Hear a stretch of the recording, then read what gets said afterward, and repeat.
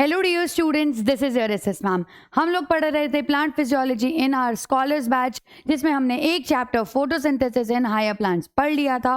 And now it's time to start the new chapter which is respiration in plants. चलिए इस chapter को हम लोग शुरू करते हैं और इस चैप्टर में हमें क्या पढ़ना है उसको देखते हैं। आप लोगों को ये पता है कि अच्छा, सबसे पहले ये सब मैं शुरू करूं उससे पहले तुमसे मेरा एक बेसिक सवाल कि आपकी बॉडी में रेस्पिरेटरी ऑर्गन कौन है? सोचो जरा। और हो सकता है आप में से काफी सारे बच्चों के दिमाग में आंसर आया हो लंग्स। या ऐसा कोई आंसर आपके दिमाग में आया? रॉन्ग। एक्चुअली में देयर आर टू कॉन्सेप्ट, जरा इनको समझिए। एक को हम कहेंगे ब्रीदिंग और एक कॉन्सेप्ट है रेस्पिरेशन। जरा इस चीज को समझते हैं। ब्रीदिंग का मतलब क्या है? वो एक्सचेंज ऑफ गैसेस जिसमें हमारे लंग्स का इन्वॉल्वमेंट है। वही ऑक्सीजन का इनहेल करना, CO2 को रिमूव कर देना, दैट इज ब्रीदिंग, और इसमें लंग्स का इन्वॉल्वमेंट है। तो रेस्पिरेशन क्या है? रेस्पिरेशन वर्ड को हम समझते हैं। रेस्पिरेशन का मतलब है कि यहां पर, एक मिनट, कि यहां पर हम फूड से एनर्जी ऑब्टेन कर रहे हैं। That process is actually called respiration. और अगर आपसे कोई पूछे कि आपकी बॉडी का रेस्पिरेटरी ऑर्गन क्या है, तो भैया आपकी बॉडी की हर सेल रेस्पिरेशन करती है। ब्रीदिंग ऑर्गन आपकी बॉडी में लंग्स हैं। नेक्स्ट चीज, क्या सिर्फ ह्यूमंस या एनिमल्स रेस्पायर करते हैं या कोई और ऑर्गेनिज्म भी रेस्पायर करता है? सब करते हैं बेटा, चाहे प्लांट्स हो, एक मिनट, चाहे प्लांट्स हो, चाहे स्मॉल एनिमल्स हो, चाहे हायर एनिमल्स हो, वो सब के सब रेस्पिरेशन परफॉर्म करते हैं। ये रेस्पिरेशन हर सेल में होता है, ईच एंड एवरी सेल, सब की सब रेस्पिरेशन करती हैं। और हर सेल के अंदर माइटोकॉन्ड्रिया एक्चुअल ऑर्गन है रेस्पिरेशन करने के लिए। हर सेल के अंदर माइटोकॉन्ड्रिया एक्चुअल में ऑर्गन है जो कि रेस्पिरेशन का काम करता है। चलिए अब हम आगे देखते हैं। क्या इतनी बात आप लोगों को समझ में आई? अब प्लांट्स के अंदर क्या कोई ब्रीदिंग ऑर्गन है? क्या प्लांट्स के अंदर एक्सचेंज ऑफ गैसेस होता है? हम इसको देखते हैं कि क्या प्लांट्स ब्रीद करते हैं। यस, प्लांट्स में भी ब्रीदिंग होती है, यानी कि एक्सचेंज ऑफ गैसेस होती हैं। एक्सचेंज ऑफ गैसेस आपको प्लांट्स के अंदर भी देखने को मिलेंगी। पर क्या यहां पर आपको कोई ब्रीदिंग ऑर्गन देखने को मिलेगा? नहीं, नो स्पेसिफिक ऑर्गन।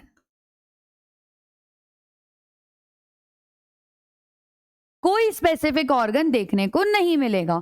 ऐसा क्यों? ऐसा क्या कारण है जिसके कारण हम एनिमल्स में तो एक ब्रीदिंग ऑर्गन है लेकिन प्लांट्स में ऐसा कोई ब्रीदिंग ऑर्गन नहीं है? तो इसका बहुत बड़ा कारण है कि भैया प्लांट्स की एनर्जी रिक्वायरमेंट कम है। इसके रीजंस क्या क्या हैं? हम लोग रीजंस को समझते हैं। सबसे पहला कारण, नो या लेस एनर्जी रिक्वायरमेंट।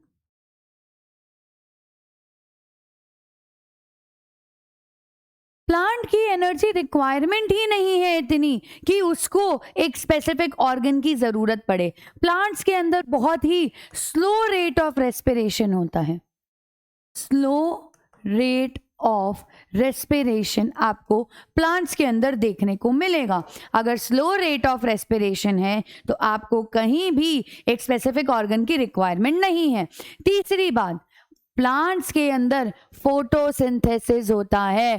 फोटोसिंथेसिस करने पे ऑलरेडी ऑक्सीजन प्रोड्यूस हुआ है, तो उसकी बॉडी की सेल्स में, मीजोफिल सेल्स में स्पेसिफिकली बहुत सारा ऑक्सीजन ऑलरेडी मौजूद है, तो इसके लिए भी उसको और रिक्वायरमेंट कम हो गई उसकी, तो हम बोल सकते हैं रेस्पिरेट ऑक्सीजन प्रोड्यूस्ड बाय फोटोसिंथेसिस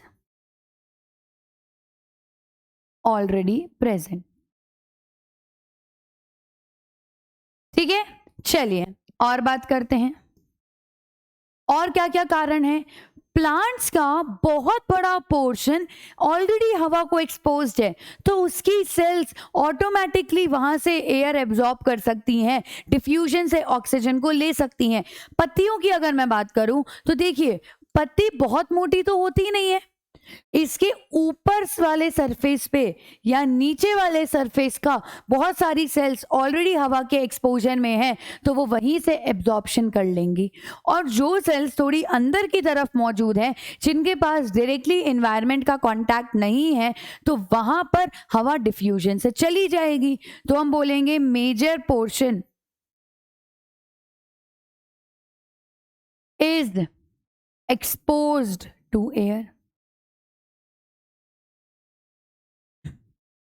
ठीक है, मेजर पोर्शन एयर को एक्सपोज करता है। नेक्स्ट बात करते हैं, और क्या बात हो गई, इतना सारा पोर्शन हवा को एक्सपोज कर रहा है, लेकिन आप कहोगे कि मैम वो तो पत्तियों में कर रहा है, स्टेम के अंदर आप क्या करोगी? तो बेटा, स्टेम में भी लेंटिसिल्स मौजूद होते हैं जो कि एब्जॉर्प्शन का काम करते हैं, और स्टेम का जो बीच वाला पोर्शन है, जो कि अंदर की तरफ दबा हुआ है, वो तो मरा हुआ पोर्शन है, डेड पोर्शन होता है, तो इसीलिए वहां पर आपको और एयर की जरूरत नहीं है। लेंटिसिल्स प्रेजेंट होते हैं, पहली बात। और दूसरी बात यहां पर क्या हो गई कि centre most portion is dead. यानी कि इतने सारे कारण हो गए जिसके कारण प्लांट्स के अंदर एक स्पेसिफिक रेस्पिरेटरी ऑर्गन प्रेजेंट नहीं है, लेकिन आपके और मेरे अंदर मौजूद है। अब हम वापस से इस रेस्पिरेशन पर आते हैं, इस सेल्यूलर रेस्पिरेशन की बात करते हैं।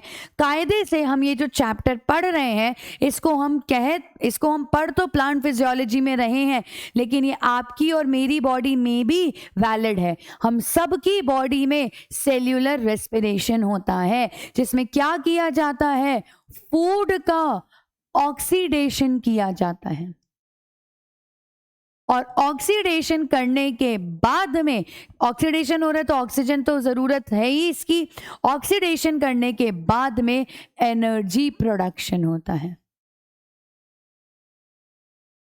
एनर्जी प्रोड्यूस हो जाती है। जरा बात यहां पर और हम अच्छे से देखते हैं क्या हुआ, थोड़ा समझिए।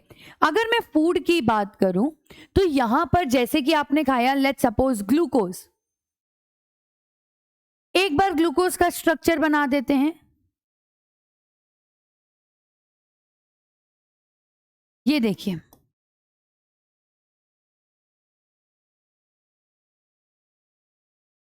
H H O H O H H H O H H O H, यहां पर कितने सारे कार्बन कार्बन बॉन्ड्स मौजूद हैं। देखिए, ये सब बॉन्ड्स एक कार्बन को दूसरे कार्बन से अटैच कर रहे हैं, कार्बन कार्बन बॉन्ड्स प्रेजेंट हैं। तो जब भी बॉन्ड बनते हैं तब एनर्जी यूज होती है, तो ये ग्लूकोज का जब भी फॉर्मेशन हुआ तो एनर्जी यूज हुई। लेकिन अब हम इन्हीं कार्बन कार्बन बॉन्ड्स को ब्रेक करने वाले हैं। जब हम ब्रेक करेंगे तो एनर्जी रिलीज होगी, और इस रिलीज एनर्जी को ट्रैप कर लिया जाएगा। इट विल बी ट्रैप्ड किस फॉर्म में? एटीपी की फॉर्म में। एटीपी का फॉर्मेशन हो जाएगा, और फिर आपको जो भी एनर्जी चाहिए आप एटीपी की मदद से लेंगे। इसीलिए हम इसको एनर्जी करेंसी ऑफ सेल कहते हैं। ठीक है, ये हो गया रेस्पिरेशन के बारे में एक बहुत ही बेसिक सा डेटा या बेसिक सी इंफॉर्मेशन। अब बात आई कि कौन रेस्पायर करता है। इसीलिए एक और चीज, इसीलिए हम कहते हैं कि फूड से हमको एनर्जी मिलती है, खाना खाने से हमें शक्ति मिलती है। सिंपल सी बात। चलिए आगे देखते हैं, आगे की अब हम बात करते हैं। अब मेरा नेक्स्ट कॉन्सेप्ट क्या है, मेरा नेक्स्ट क्वेश्चन या मेरा नेक्स्ट डिटेल, जरा अब हम इस पे फोकस करें। तो किस चीज का ऑक्सीडेशन होगा? फूड का। फूड में हम मेजरली किसकी बात करते हैं? ग्लूकोज का। पर क्या किसी और सब्सटेंस का ऑक्सीडेशन नहीं हो सकता? क्या किसी और सब्सटेंस के ब्रेकडाउन से एनर्जी नहीं रिलीज हो सकती? बिल्कुल हो सकती है। आप चाहें तो आप किसी भी सब्सटेंस का ऑक्सीडेशन कर सकते हैं, और जिस भी सब्सटेंस के ऑक्सीडेशन किया जा रहा है in the process of respiration, उसको हम रेस्पिरेटरी सबस्ट्रेट कहते हैं। तो substance to be oxidized to produce energy during respiration.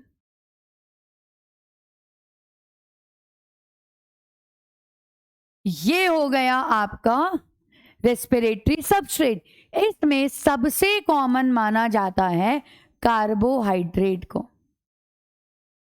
सबसे ज्यादा कॉमन हम किसको मानते हैं? कार्बोहाइड्रेट। लेकिन फैट्स का भी हो सकता है, प्रोटीन्स का भी हो सकता है, किसी का भी ऑक्सीडेशन हो सकता है एनर्जी प्रोडक्शन के लिए। मोस्ट कॉमन कार्बोहाइड्रेट हो गया। ठीक है, ये सारी बात हम लोगों ने ऑलरेडी देख ली। अब हम बात करते हैं कि रेस्पिरेशन किस तरीके से होता है। जरा समझिए, रेस्पिरेशन में कभी भी ऐसा नहीं होगा कि एक बार में सारी एनर्जी रिलीज हो गई। लेट्स सपोज अगर मैं ग्लूकोज की बात कर रही हूं, तो ग्लूकोज का एक सिंगल स्टेप में ऑक्सीडेशन हो गया और थोड़ी बहुत एनर्जी रिलीज होके काम खत्म हो गया। बिल्कुल नहीं, यहां पर ये स्लो प्रोसेस होता है। Slow process in what meaning? इसका मतलब है मल्टी स्टेप रिएक्शन है, कई सारे स्टेप्स इसके अंदर होते हैं, और फिर हर स्टेप एंजाइमेटिक रेगुलेट होता है। Each step is regulated by enzymes. और फिर धीरे धीरे एटीपी का फॉर्मेशन होता है, और फिर अल्टीमेटली एटीपी का प्रोडक्शन होता है। क्लियर हो गई आप लोगों को ये बात? चलिए अब हम देखते हैं कि कौन कौन से स्टेप्स आपको रेस्पिरेशन में देखने को मिलेंगे। अगर मैं एरोबिक रेस्पिरेशन की बात करूं, अगर हम बात कर रहे हैं एरोबिक रेस्पिरेशन की, तो मुझे सबसे पहला स्टेप देखने को मिलेगा ग्लाइकोलाइसिस। दूसरा स्टेप है लिंक रिएक्शन। तीसरा स्टेप है क्रेब साइकिल। फिर है इलेक्ट्रॉन ट्रांसपोर्ट, और फिर है ऑक्सीडेटिव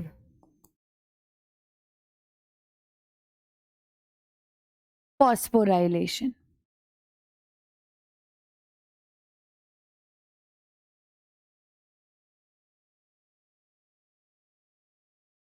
ठीक है, अगर एरोबिक रेस्पिरेशन हो रहा है तो इतने सारे स्टेप्स होने वाले हैं। ऑक्सीडेटिव फॉस्फोराइलेशन, अरे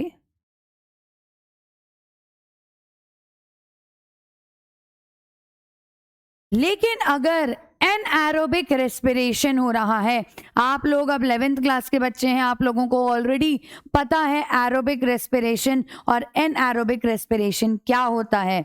अगर रेस्पिरेशन ऑक्सीजन की प्रेजेंस में हो रहा है तो उसको हम एरोबिक रेस्पिरेशन कहेंगे, और ऑक्सीजन की एब्सेंस में हो रहा है तो एनारोबिक रेस्पिरेशन। इसमें एक ही स्टेप होता है, ग्लाइकोलिसिस। तो क्या मैं ऐसा बोलूं कि ग्लाइकोलिसिस एक ऐसा स्टेप है जो कि एरोबिक और एनारोबिक दोनों के अंदर कॉमन स्टेप हो जाएगा? पहली चीज। दूसरी चीज, यहां पर ग्लाइकोलिसिस के सीधा बाद में प्रोडक्ट का फॉर्मेशन हो जाता है, और यहां पर एनारोबिक रेस्पिरेशन को हम फर्मेंटेशन भी कहते हैं। इस चैप्टर में हम पर्टिकुलरली एरोबिक के सारे स्टेप्स और एनारोबिक रेस्पिरेशन इन सब को कवर करने वाले हैं, और शुरुआत हम करेंगे ग्लाइकोलिसिस से। इस टॉपिक का, इस स्टेप का नाम क्या है? ग्लाइकोलिसिस। जरा देखें,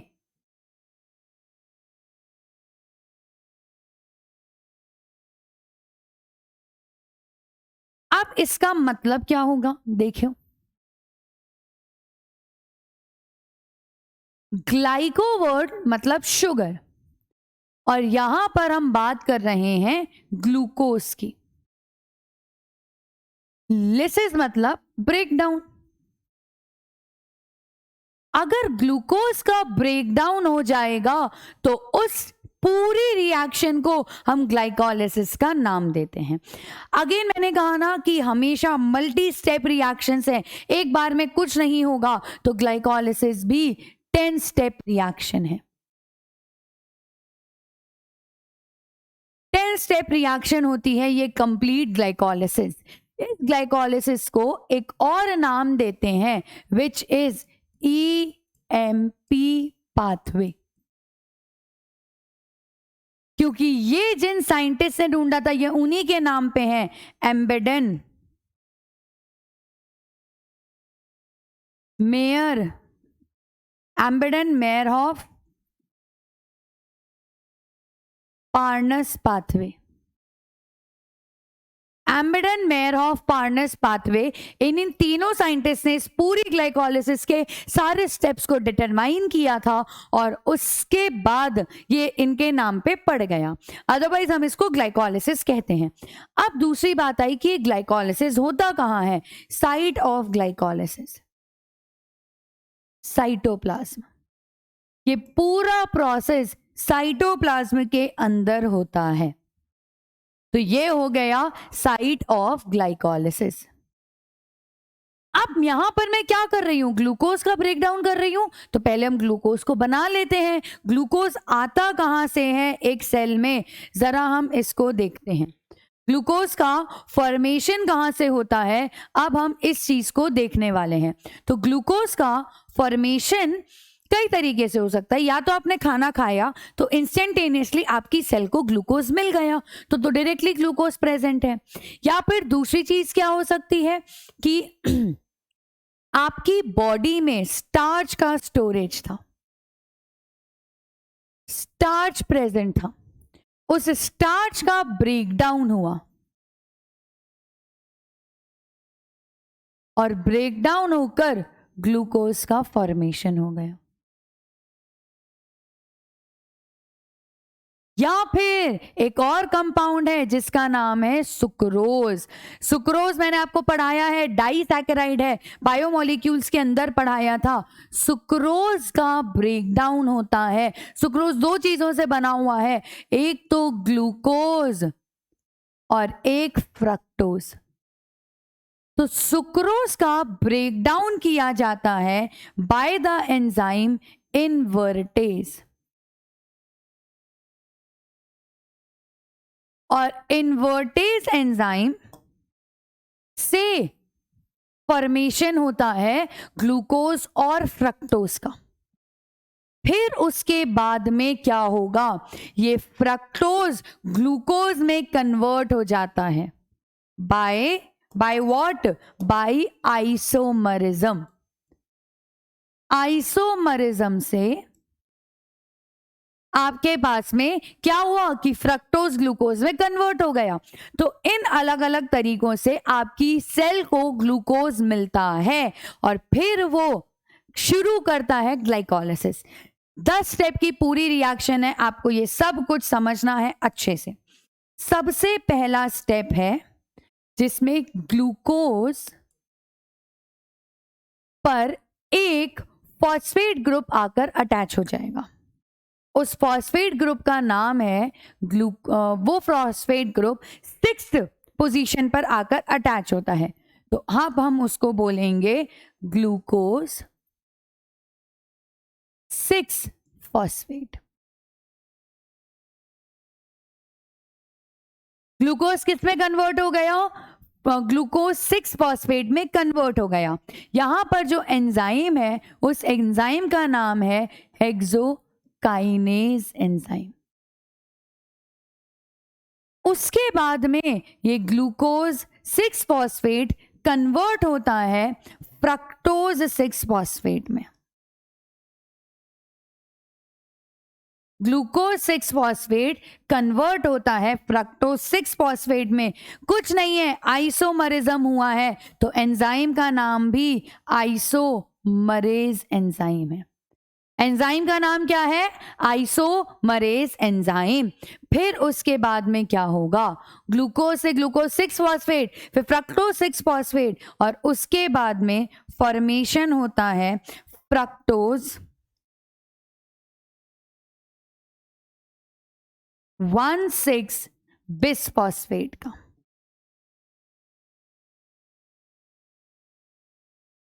glucose 6 phosphate, fructose 6 phosphate, fructose 1,6 bisphosphate. Enzyme का नाम है फॉस्फो फ्रक्टोकाइनेज। एंजाइम का क्या नाम है? फॉस्फोफ्रक्टोकाइनेज एंजाइम इसका नाम हो जाएगा। अब देखिए यहां पर एक ग्लूकोज था, ग्लूकोज में 6 फॉस्फेट यानी कि 6 पोजीशन पर फॉस्फेट ग्रुप आकर अटैच हो गया। कहां से आया ये फॉस्फेट ग्रुप? किसी ने तो दिया होगा, तो कौन देता है जरा समझिए। एक एटीपी होती है, वो टूट जाती है एडिनोसिन डाइफॉस्फेट और इनऑर्गेनिक फॉस्फेट में, और ये फॉस्फेट फिर ग्लूकोज पे जाके अटैच हो जाता है। फिर यहां देखिए फ्रक्टोज 6 फॉस्फेट फ्रक्टोज 1,6 बिसफॉस्फेट में कन्वर्ट हुआ। कन्वर्जन के लिए अगेन यहां पर एक फॉस्फेट ग्रुप ऐड हुआ है। कहां से आया? एक एटीपी वापस से टूट गई एडीपी और आईपी के अंदर। इस तरीके से यहां पर काम हुआ। 1, 2 और 3 स्टेप्स हमने देख लिए।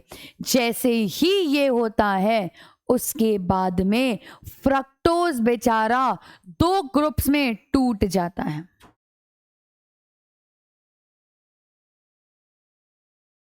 फ्रक्टोज 2 ग्रुप्स में टूट जाता है।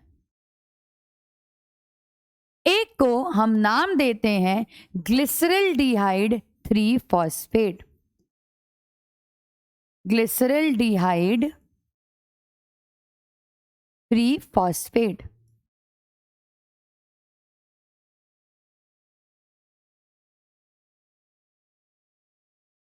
और दूसरे का नाम है di hydroxy acetone phosphate. Di hydroxy acetone phosphate, इसको हम बोलते हैं DHAP, और यहां पर हम इसको बोलते हैं PGAL, और ये हो गया DHAP। अब ये जो दोनों कंपाउंड्स हैं ना, ये दोनों एक दूसरे के आइसोमर्स हैं, तो इनके बीच में आइसोमराइजेशन भी हो सकता है। ये इसमें और ये इसमें कन्वर्ट हो सकता है। अब हमने इस पूरी रिएक्शन का फर्स्ट हाफ पढ़ लिया। यस, बिल्कुल फर्स्ट हाफ हमने इस पूरी रिएक्शन का पढ़ लिया, जिसमें ग्लूकोज क्या क्या कितने रिएक्शंस हो गए? 4 रिएक्शंस हो गए, ग्लूकोज से ग्लूकोज 6 फॉस्फेट, फिर फ्रक्टोज 6 फॉस्फेट, फिर फ्रक्टोज 1,6 बिस फॉस्फेट, टूट गया glyceraldehyde 3 phosphate and dihydroxy acetone phosphate के अंदर। अब इसमें नेक्स्ट स्टेप क्या होगा जरा अब हम देखते हैं।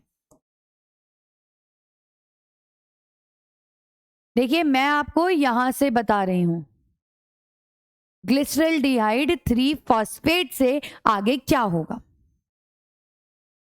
ग्लिसरल्डिहाइड 3 फॉस्फेट के आगे फॉर्मेशन होता है 1,3 बिस फॉस्फोग्लिसरिक एसिड, 1,3 बिस फॉस्फोग्लिसरिक एसिड, 1,3 बिस फॉस्फोग्लिसरिक एसिड का यहां पर फॉर्मेशन हो जाता है।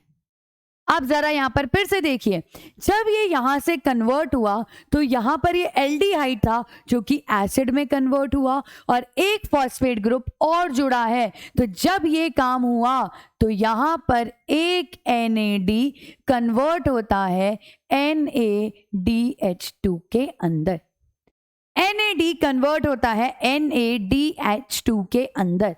फिर नेक्स्ट स्टेप क्या होगा, 1,3 बिस फॉस्फोग्लिसरिक एसिड रिड्यूस यहां पर आ जाता है 3 फॉस्फोग्लिसरिक एसिड।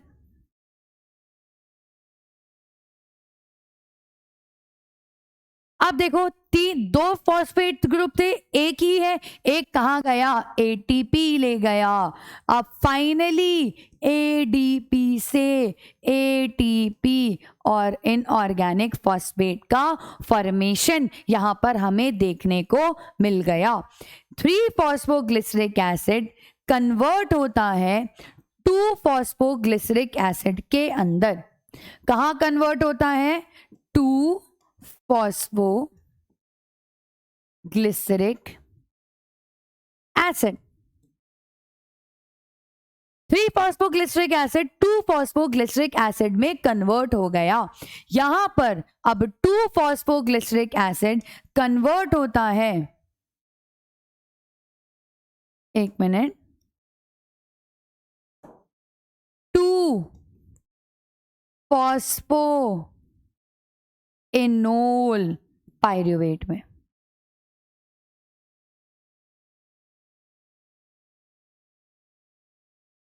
और फॉस्फोएनोल पायरुवेट कन्वर्ट हो जाता है पायरुविक एसिड में। यहां पर देखो, जब ये फॉस्फोएनोल पायरुवेट बना तब भी ADP से ATP बन गई और यहां पर भी ADP से ATP का फॉर्मेशन हो गया। वापस से देखिए यहां पर सेकेंड हाफ में क्या क्या चीजें हुई हैं, एक मिनट आपको अब ये लीजिए, यहां पर अब वापस से हम इस रिएक्शन को देखते हैं।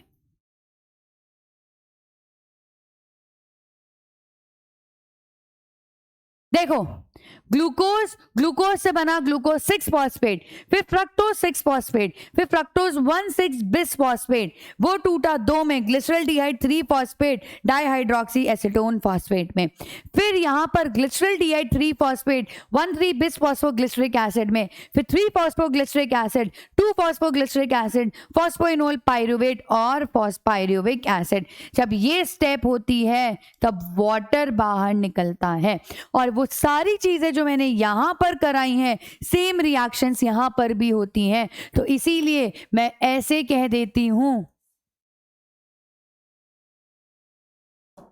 कि ये पूरी रिएक्शन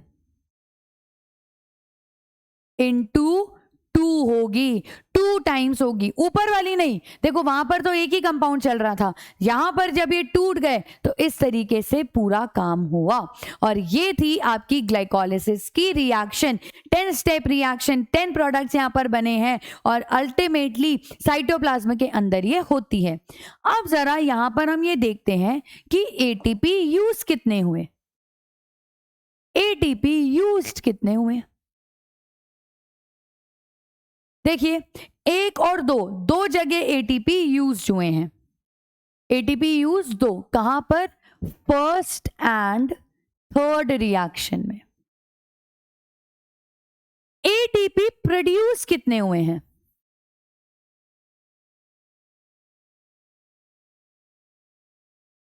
जरा देखो, 1, 2 और 3, 3, 2 बेटा, यहां पर एक सेकेंड, NAD यहां पर बना 2, 6, 7, 8, 7, या एक सेकेंड, यहां पर एटीपी नहीं बनता। अरे यहाँ पर फॉस्फोइनोल ग्लिसरिक एसिड है, फॉस्फोइनोल पायरुवेट, एटीपी का खेल ही नहीं है। यहाँ पर एटीपी रिलीज होता है। तो 2 एटीपी ये, लेकिन ये रिएक्शन 2 बार हुई है तो 4 एटीपी बने हैं। एटीपी प्रोड्यूस्ड, 4 एटीपी बन गए हैं। अब NADH2 कितने प्रोड्यूस हुए हैं? 1 यहां पर, लेकिन इंटू 2 तो 2 एटीपी प्रोड्यूस 2, NADH2 प्रोड्यूस्ड बने हैं 2 NADH2। अब मैं आगे जाके आप लोगों को पढ़ाऊंगी कि एक NADH2 3 ATP का फॉर्मेशन करता है। 1 NADH2 बनाता है 3 ATP। और एक कंपाउंड और आगे पढ़ाऊंगी, FADH2, ये 2 ATP का प्रोडक्शन करता है। तो क्या मैं ऐसा बोलूं कि यहां पर NADH2 2 प्रोड्यूस हुए हैं और एक NADH2 बाद में जाके 3 ATP बनाएगा, तो 2 NADH2 से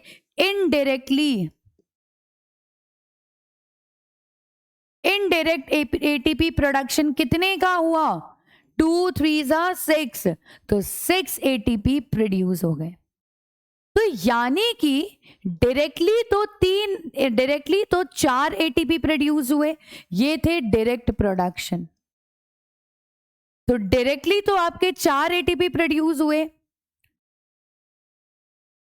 टोटल प्रोडक्शन बोल देती हूं मैं, टोटल एटीपी प्रोड्यूस 4 और 6, यहां पर 4 थे डायरेक्ट और 6 थे इनडायरेक्ट। NADH2 बन गए 10। एटीपी यूज कितने हुए हैं? 2। तो नेट एटीपी गेन कितना हो गया? 8 का। वेरी इंपॉर्टेंट, 8 एटीपी का नेट गेन यहां पर आपको देखने को मिलता है इन जस्ट 1 ग्लाइकोलाइसिस। सिर्फ और सिर्फ एक ग्लूकोज के ब्रेकडाउन से आपको 8 एटीपी मिल गए। और भैया यहां तो पूरा ग्लूकोज छूटा भी नहीं है। यहां पर देखिए जरा, एक और चीज यहां पर देखते हैं। ग्लूकोज एक 6 कार्बन का कंपाउंड है। ग्लूकोज 6 फ्रक्टोज में भी 6 कार्बन है, फ्रक्टोज 6 फॉस्फेट में भी 6 कार्बन, फ्रक्टोज 1,6 फॉस्फेट में भी 6 कार्बन। ये दोनों टूट जाते हैं 3 कार्बन के 2 कंपाउंड्स में।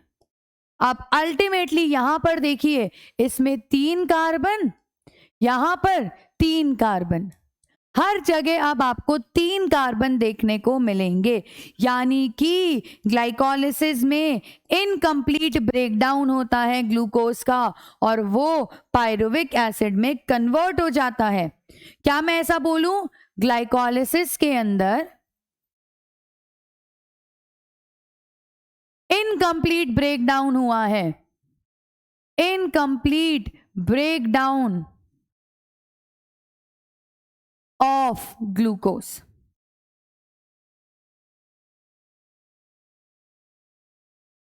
और वो कन्वर्ट हो गया है किसके अंदर? पायरुविक एसिड के अंदर। Formation of pyruvic acid. जो कि एक 3 कार्बन का कंपाउंड है। अब इस पायरुविक एसिड का फर्दर ब्रेकडाउन होगा और उससे और एनर्जी रिलीज होगी।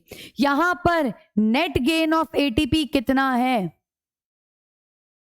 Net gain of ATP is equals to 8, right? ये कुछ बेसिक सी बातें हो गई। लोकेशन आप लोगों को पता है साइटोप्लाज्म ही थी। एनसीईआरटी के डायग्राम को अब हम देख लेते हैं।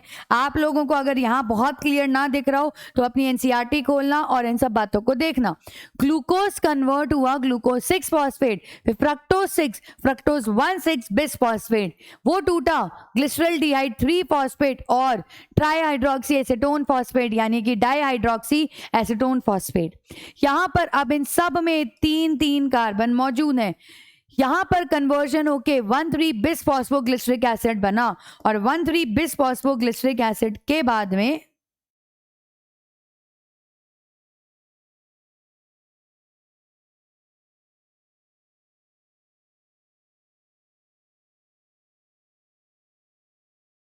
ये क्या हो रहा है?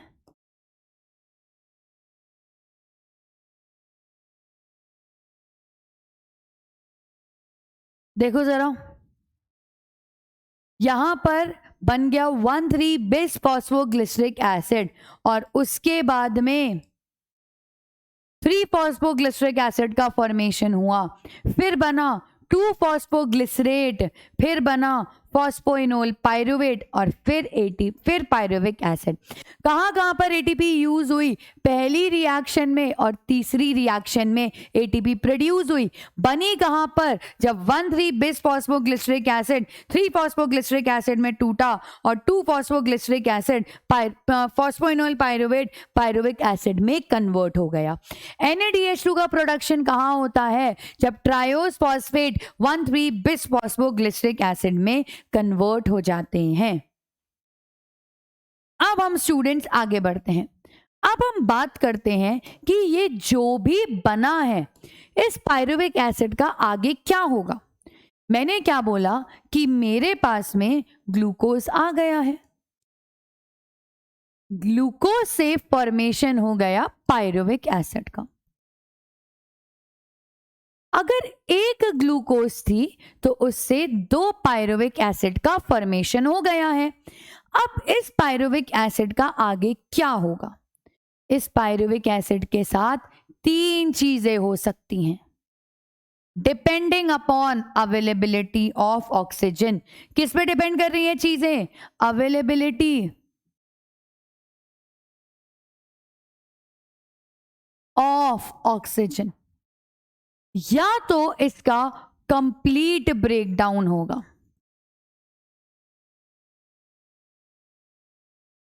अगर ऑक्सीजन अच्छे से प्रेजेंट है यानी कि एरोबिक रेस्पिरेशन। अगर ऑक्सीजन कंप्लीटली एब्सेंट है तब होता है अल्कोहल का फॉर्मेशन, इथेनॉल फॉर्मेशन। इथेनॉल का फॉर्मेशन होगा, इसको हम कहते हैं अल्कोहलिक फर्मेंटेशन। ये कब होगा? In absence of oxygen. और तीसरी कंडीशन हो सकती है lactic acid formation. Lactic acid का फॉर्मेशन हो गया।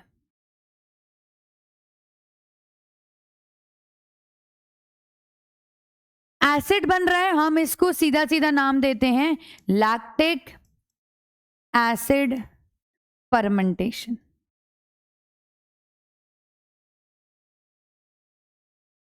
क्या नाम देते हैं? Lactic acid fermentation. ये कब होता है? जब अनएडिक्वेट सप्लाई होती है, इनएडिक्वेट सप्लाई ऑफ ऑक्सीजन।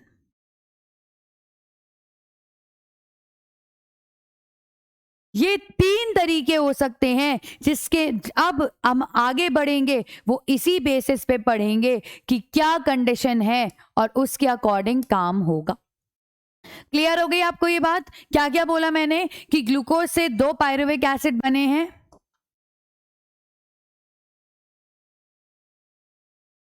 उसमें अगर कंप्लीट ऑक्सीजन प्रेजेंट है तो कंप्लीट ब्रेकडाउन होगा, एरोबिक रेस्पिरेशन। अगर ऑक्सीजन है ही नहीं तो इथेनॉल का फॉर्मेशन हो जाएगा, हम इसको कहते हैं एनएरोबिक रेस्पिरेशन या अल्कोहलिक फर्मेंटेशन। अगर ऑक्सीजन इनएडिक्वेट है, कम है, तो लैक्टिक एसिड बन जाएगा, लैक्टिक एसिड फर्मेंटेशन। ये लैक्टिक एसिड फर्मेंटेशन आपकी मसल्स के अंदर होता है, occurs in muscles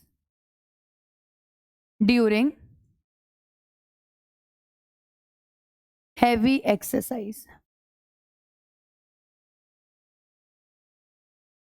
जब आप बहुत ज्यादा एक्सरसाइज कर लेते हैं तो आपके हाथों में पैरों में दर्द हो जाता है, क्यों? क्योंकि लैक्टिक एसिड का वहां पे फॉर्मेशन हो जाता है और वो आपकी मसल्स की सेल में अक्यूमुलेट हो जाता है। फिर धीरे धीरे ये लैक्टिक एसिड वापस से इसका कंप्लीट ब्रेकडाउन होता है और तब जाके आपका दर्द ठीक होता है। Please have a look at this, फिर हम आगे देखते हैं। चलिए स्टूडेंट्स आगे देखते हैं और अब हम ये देखते हैं कि इसमें ये जो मैंने कहा ना पायरुविक एसिड्स के फर्मेंटेशन होने वाले हैं या एरोबिक रेस्पिरेशन, अलग अलग फेट है इसका, अलग अलग किस्मत है इसकी। अब हम एक एक करके इन सबको पढ़ेंगे। सबसे पहले हम फर्मेंटेशन पढ़ के खत्म कर देते हैं, छोटा सा है, फिर डिटेल में एरोबिक रेस्पिरेशन के स्टेप्स देखेंगे। तो मैंने बोला कि ग्लूकोज से बना पायरुविक एसिड, राइट, ग्लाइकोलिसिस। इस पायरुविक एसिड में एटीपी कितने बने थे? डायरेक्ट की मैं बात कर रही हूं, 4। और NADH2 कितने बने थे? 2, राइट। अब देखिए क्या हो सकता है। फर्मेंटेशन मतलब यहां पर ऑक्सीजन या तो गायब है या कम है। दोनों ही कंडीशंस में आपके पास दो चीजें हो सकती हैं, या तो ऑक्सीजन अगर एब्सेंट है तो बनेगा एथेनॉल। अब ग्लूकोज था 6 कार्बन का कंपाउंड, पायरुविक एसिड 3 कार्बन का, लेकिन इथेनॉल तो 2 कार्बन का होता है, तो 1 कार्बन का क्या हुआ? CO2 की फॉर्म में निकल गया। या फिर पायरुविक एसिड कन्वर्ट हो सकता है लैक्टिक एसिड के अंदर। लैक्टिक एसिड 3 कार्बन का ही कंपाउंड है, तो यहां पर कोई भी CO2 रिलीज नहीं होगा। अब आगे देखिए, नेक्स्ट बात देखते हैं। जब पायरुविक एसिड इथेनॉल में कन्वर्ट होता है तो एक NADH2 NAD में कन्वर्ट हो जाता है, एक NADH2 NAD के अंदर कन्वर्ट हो जाता है। और यहां पर देखिए, यहां पर भी एक NADH2 NAD में कन्वर्ट हो जाएगा।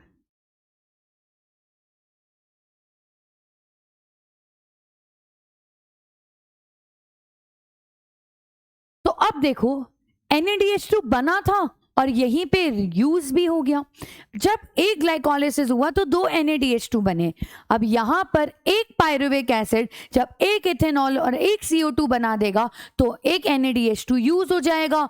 और अगर यहां पर एक पूरे ग्लूकोज के रिएक्शन की अगर मैं बात करूं तो 2 पायरुविक एसिड बनेंगे, वो दोनों के दोनों यहां पर अल्कोहलिक फर्मेंटेशन करने वाले हैं। ये क्या है आप लोगों को ऑलरेडी पता है, this is alcoholic fermentation.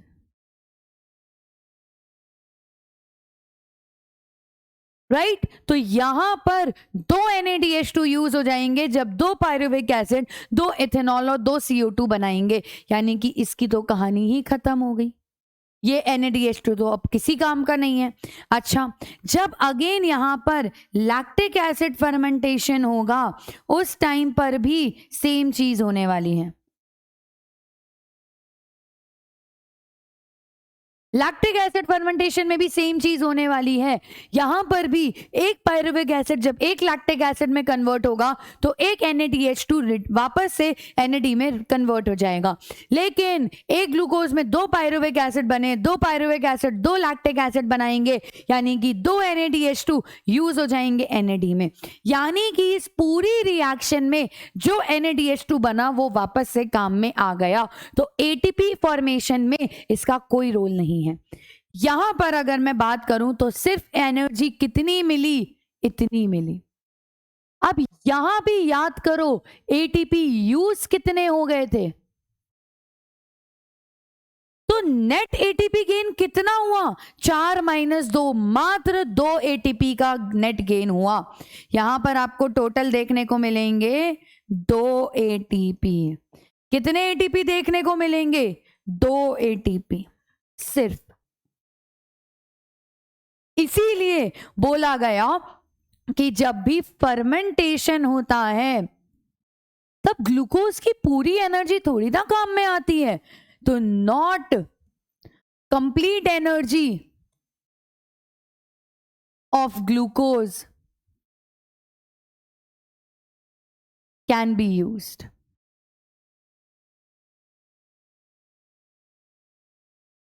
Can be used. सिर्फ कितनी एनर्जी काम में आई, लेस देन 7%।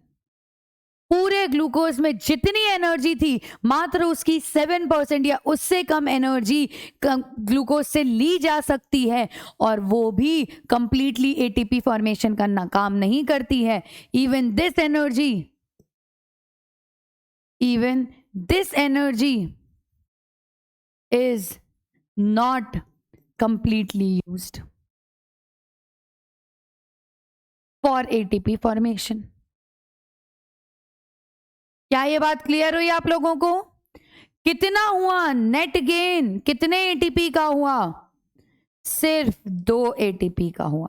ये सारी बातें दिमाग में रखना, इन सब पर घूम फिर के चीजें आती हैं। और देखते हैं यहां पे एंजाइम्स की बात कर लेते हैं बेटा कि कौन कौन से एंजाइम्स काम के हैं।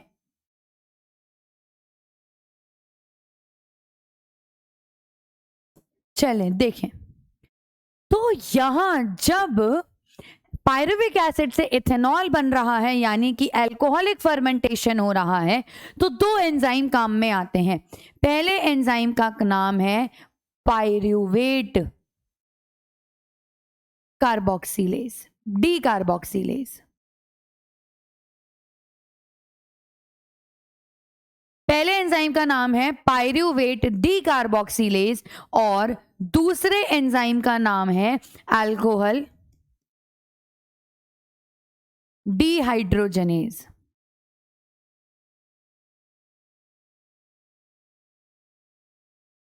और यहां पर जो एंजाइम काम में आता है उस एंजाइम का नाम है, एक मिनट थोड़ी जगह बना के लिखते हैं,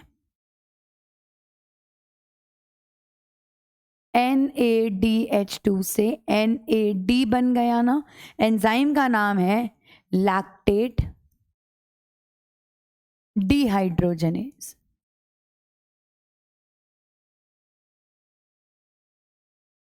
ये सारे एंजाइम फर्मेंटेशन में काम में आते हैं और हमने ओवरऑल पूरी फर्मेंटेशन देख ली। एक मिनट, ऊपर हेडिंग कहाँ गई, हेडिंग ही गायब हो गई। चलिए हेडिंग लिख देते हैं,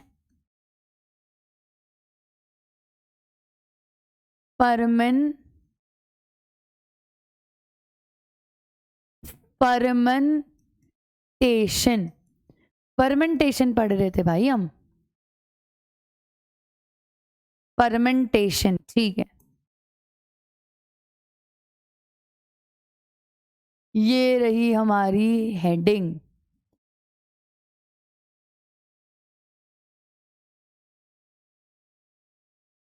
ये लीजिए, डन। और ये भी मैंने आपको बता दिया।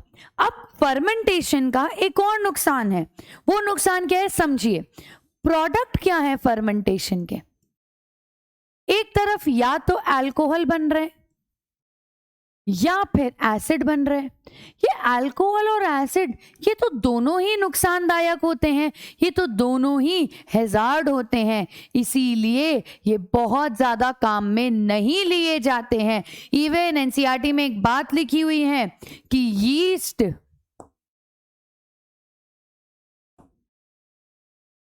क्या बात लिखी हुई है एनसीईआरटी में? Yeast poison itself to death if concentration of alcohol reaches 13%। ठीक है, जरा अब हम इस बात को समझते हैं कि ये कहना क्या चाह रहे हैं, इसका मतलब क्या है। आपको पता है कि यीस्ट काम में ली जाती है for the formation of alcohol. ठीक है, अल्कोहल इंडस्ट्री में काम में आती है सैकेरोमाइसिस सेरेविसेई। मैंने आप लोगों को ऑलरेडी बायोलॉजिकल क्लासिफिकेशन में पढ़ाया था। तो उसमें फॉर्मेशन जब होता है तो अलग अलग तरीके के अल्कोहल बनते हैं। आपने नाम सुना होगा, बियर बनती है, वाइन बनती है, विस्की बनती है। इन सब में अलग अलग अल्कोहल कॉन्सेंट्रेशन है। जब इनका फॉर्मेशन हो रहा होता है उस टाइम पर ये उस सॉल्यूशन में अगर अल्कोहल परसेंटेज 13% से ज्यादा हो जाए तो यीस्ट मर जाएगा, यीस्ट की डेथ हो जाएगी। और ये बढ़ कैसे रही है? उसी के रेस्पिरेशन से बढ़ रही है ना, उसी के फर्मेंटेशन से बढ़ रही है। तो यीस्ट खुद को पॉइजन कर लेता है, क्योंकि वो तो रेस्पिरेशन करता जाता है, फर्मेंटेशन करता जाता है, अल्कोहल बनाता जाता है, उसकी कॉन्सेंट्रेशन 13% से ज्यादा, और यीस्ट मरने लग जाता है। तो इसीलिए अगर इससे ज्यादा कभी भी नेचुरल अल्कोहल में आपको परसेंटेज देखने को नहीं मिलेगा। तो फिर ऐसा क्या किया जाता है कि विस्की का परसेंटेज 40% से ज्यादा है। आप लोग क्लास 12th में एक पूरा चैप्टर है माइक्रोब्स, उसके अंदर इन सारे परसेंटेजेस को पढ़ेंगे। एक्चुअली में तब कुछ एडिशनल प्रोसेसेस भी किए जाते हैं। फर्मेंटेशन तो हो ही गया, एक प्रोसेस और है डिस्टिलेशन, तो वो आप तब समझेंगे, अभी हम उसको जानने देते हैं। बट सिंस आपको एक बेसिक आइडिया लग जाएगा। ये तो हो गया स्टूडेंट्स फर्मेंटेशन। एनसीईआरटी के अब हम डायग्राम को देख लेते हैं। देखिए, ग्लूकोज से वही ग्लिसरॉल्डिहाइड 3 फॉस्फेट इन्होंने दिखाया है कि इस स्टेप में NADH+H+ का फॉर्मेशन होता है, फिर फॉस्फोग्लिसरिक एसिड और अल्टीमेटली पायरुविक एसिड बन गया। अब ये फॉस्फोइनोल पायरुवेट और पायरुविक एसिड बन गया। इस पायरुविक एसिड से या तो अल्कोहल बनेगा या लैक्टिक एसिड बनेगा, और इस दोनों में ही ये NADH2 वापस से रीयूज हो जाता है। इसीलिए मैंने आपको ऑलरेडी बता दिया है, नेट गेन ATP का सिर्फ 2 ATP होता है। चलें अब हम आगे बढ़ते हैं। अब हम बात करते हैं एरोबिक रेस्पिरेशन की। किसकी बात कर रहे हैं? अब हम एरोबिक रेस्पिरेशन के बारे में हम लोग बात करना शुरू करते हैं। ये जो एरोबिक रेस्पिरेशन है, अब ये एक्चुअल अपनी जगह पे जाएगा। देखो, अभी तक तो हुआ ग्लाइकोलिसिस, जो कि हो रहा था जो कि हो रहा था साइटोप्लाज्म में। अब फर्दर जितने भी स्टेप्स हैं वो सब के सब माइटोकॉन्ड्रिया के अंदर होने वाले हैं। पायरुविक एसिड माइटोकॉन्ड्रिया के अंदर ट्रैवल करके जाता है। तो अब ग्लाइकोलिसिस का प्रोडक्ट क्या था? Pyruvic acid. ये पायरुविक एसिड मूव करेगा और माइटोकॉन्ड्रिया में चला जाएगा। क्लियर हो गई ये बात आप लोगों को? चलिए अब हम देखते हैं क्या क्या होगा। सबसे पहले तो समझिए, जब ये प्रोसेस माइटोकॉन्ड्रिया में शुरू होगा उससे पहले एक रिएक्शन होती है जिसको हम कहते हैं लिंक रिएक्शन। ये लिंक रिएक्शन होगी तो माइटोकॉन्ड्रिया के अंदर ही, it occurs inside mitochondria. Inside mitochondria होता क्या है, ये पायरुविक एसिड कन्वर्ट हो जाता है। पायरुविक एसिड है, इस पायरुविक एसिड में एक कोएंजाइम आके अटैच होता है जिसका नाम है कोए। कोएंजाइम ए इसका नाम है। ये आपने कहाँ पढ़े हैं कोएंजाइम्स? जब मैंने कोफैक्टर्स पढ़ाए हैं बायोमोलिक्यूल्स के अंदर, उसमें हमने देखा था कि कुछ ऐसे एंजाइम्स होते हैं जिनको एडिशनल सब्सटेंसेस की जरूरत पड़ती है। कोएंजाइम ऐसे ही थे, ऐसे कोफैक्टर्स जो कि ऑर्गेनिक हैं लेकिन लूजली बाइंड होते हैं। अब यहाँ पर एक NAD+ इससे रिएक्ट करेगा। ये पायरुविक एसिड जो कि 3 कार्बन का कंपाउंड है कन्वर्ट हो जाएगा एक 2 कार्बन के कंपाउंड में जिसका नाम है एसिटाइल कोए। एसिटाइल ग्रुप में कन्वर्ट हो जाएगा 2 कार्बन और ये रहा कोए। ठीक है, उसके अलावा अब 2 कार्बन है, 1 कार्बन का क्या हुआ? CO2 निकल गया और ये जो NAD+ था ये NADH+H+ में कन्वर्ट हो जाता है, यानी कि NADH2 में कन्वर्ट हो जाता है। यहां पर मैग्नीशियम आयन की बहुत ज्यादा जरूरत पड़ती है और जो एंजाइम इन्वॉल्व है यहां पर, उस एंजाइम का नाम है पायरुवेट डिहाइड्रोजनेज।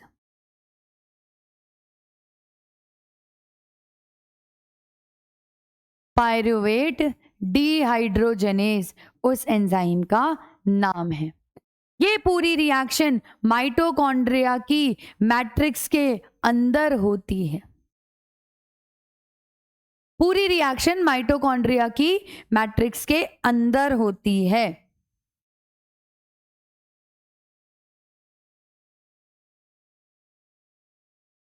ये लीजिए, इसी को हम लिंक रिएक्शन का नाम देते हैं। अब यहां पर भी अगर मैं देखूं तो देखो जरा, एक पायरुविक एसिड ने एक NADH2 बनाया। ध्यान से सुनते जाइए, यहां पर ये सब चीजें बहुत इंपॉर्टेंट है। एक पायरुविक एसिड ने बनाया एक एसिटाइल कोए। अगर मैं बात करूं तो एक ग्लूकोज से फॉर्मेशन होता है 2 पायरुविक एसिड का और उससे 2 एसिटाइल कोए बन जाएंगे। और साथ के साथ में यहां पर एक CO2 निकला था, टोटल 2 CO2 निकल जाएंगे। और सुनिए आगे, यहां पर एक NADH2 बना था, टोटल यहां पर 2 NADH2 बन जाएंगे। समझना बेटा जरा मेरी बात ध्यान से। एक ग्लूकोज में 6 कार्बन है। एरोबिक रेस्पिरेशन के अंदर ये सारे कार्बन्स कन्वर्ट हो जाते हैं CO2 में। तो 6 कार्बन है एक ग्लूकोज में, टोटल 6 CO2 रिलीज होने वाले हैं, जिसमें से 2 CO2 हमने अब यहां पर फाइनली सबसे पहले रिलीज करवा दिए।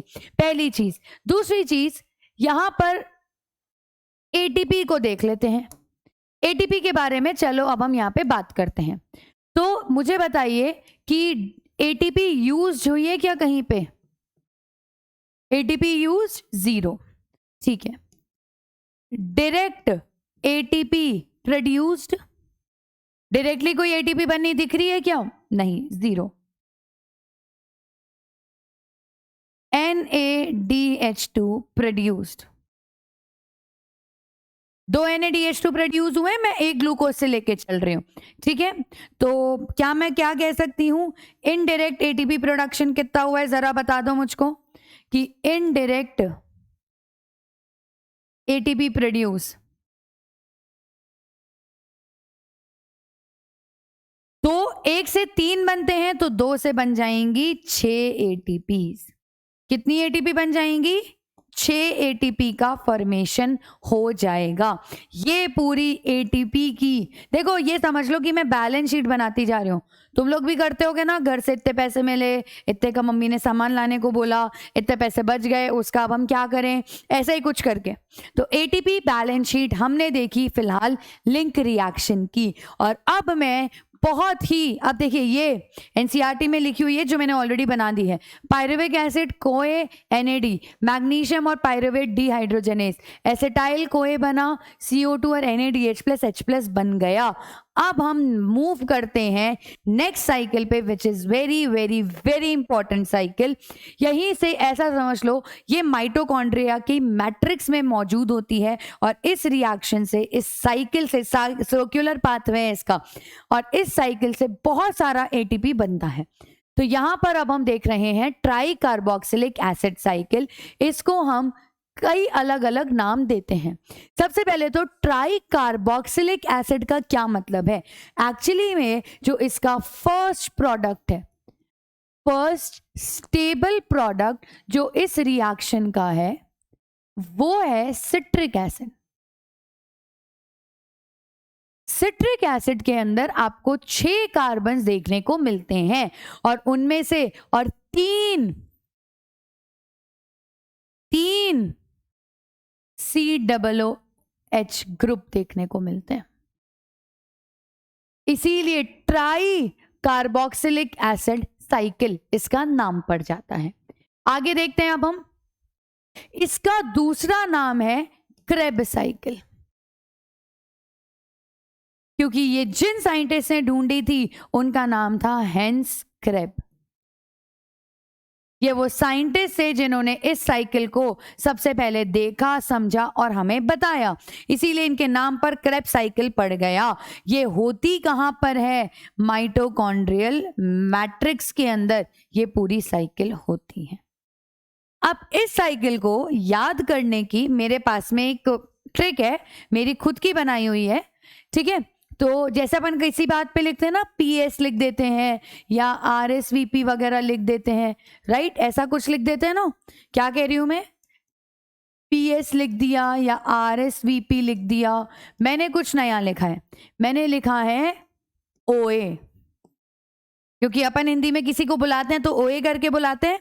तो OA, कैन आई आस्क, मेरा नाम है सृष्टि सक्सेना, फॉर माई, एक मिनट, फॉर माई ओपिनियन। मैंने यहां पे लिखा है AC, OA नहीं, AC। OA की कोई और ट्रिक थी, मिक्स हो गई यहां पे। AC, can I ask Srishti Saxena for my opinion. यहां पर ये शब्द क्या क्या है अभी मैं लिखती हूं, एक बार आपको पूरी साइकिल पढ़ाऊंगी। A मतलब एसिटाइल कोए, जिससे कहानी शुरू हुई।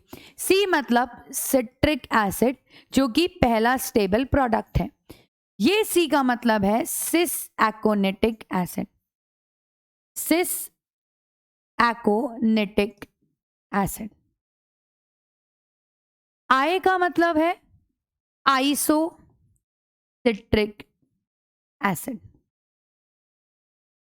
A का मतलब है अल्फा कीटो ग्लूटारिक एसिड,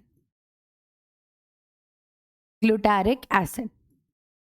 एक S का मतलब है सक्सीनाइल कोए, और एक S का मतलब है सक्सीनिक एसिड। F का मतलब है फ्यूमेरेज, M का मतलब है मैलेट, और O का मतलब है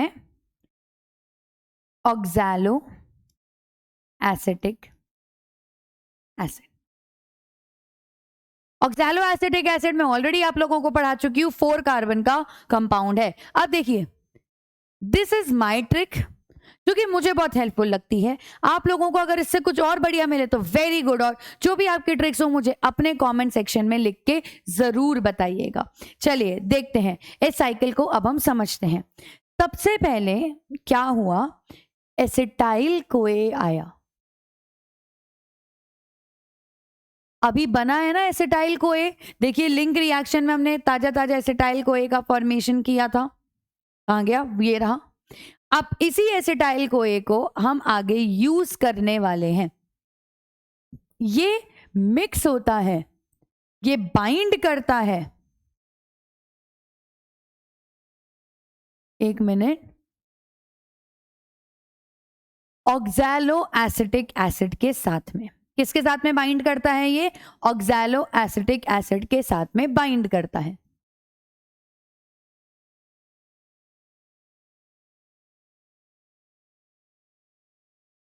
अब एसिटाइल कोए और ऑक्सैलो एसिटिक एसिड ये कंबाइन होकर मिलकर फॉर्मेशन कर देते हैं सिट्रिक एसिड का।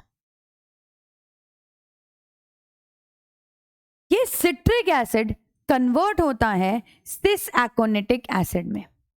ये सिट्रिक एसिड कन्वर्ट होता है किस में? सिस एकोनिटिक एसिड में। सिस एकोनिटिक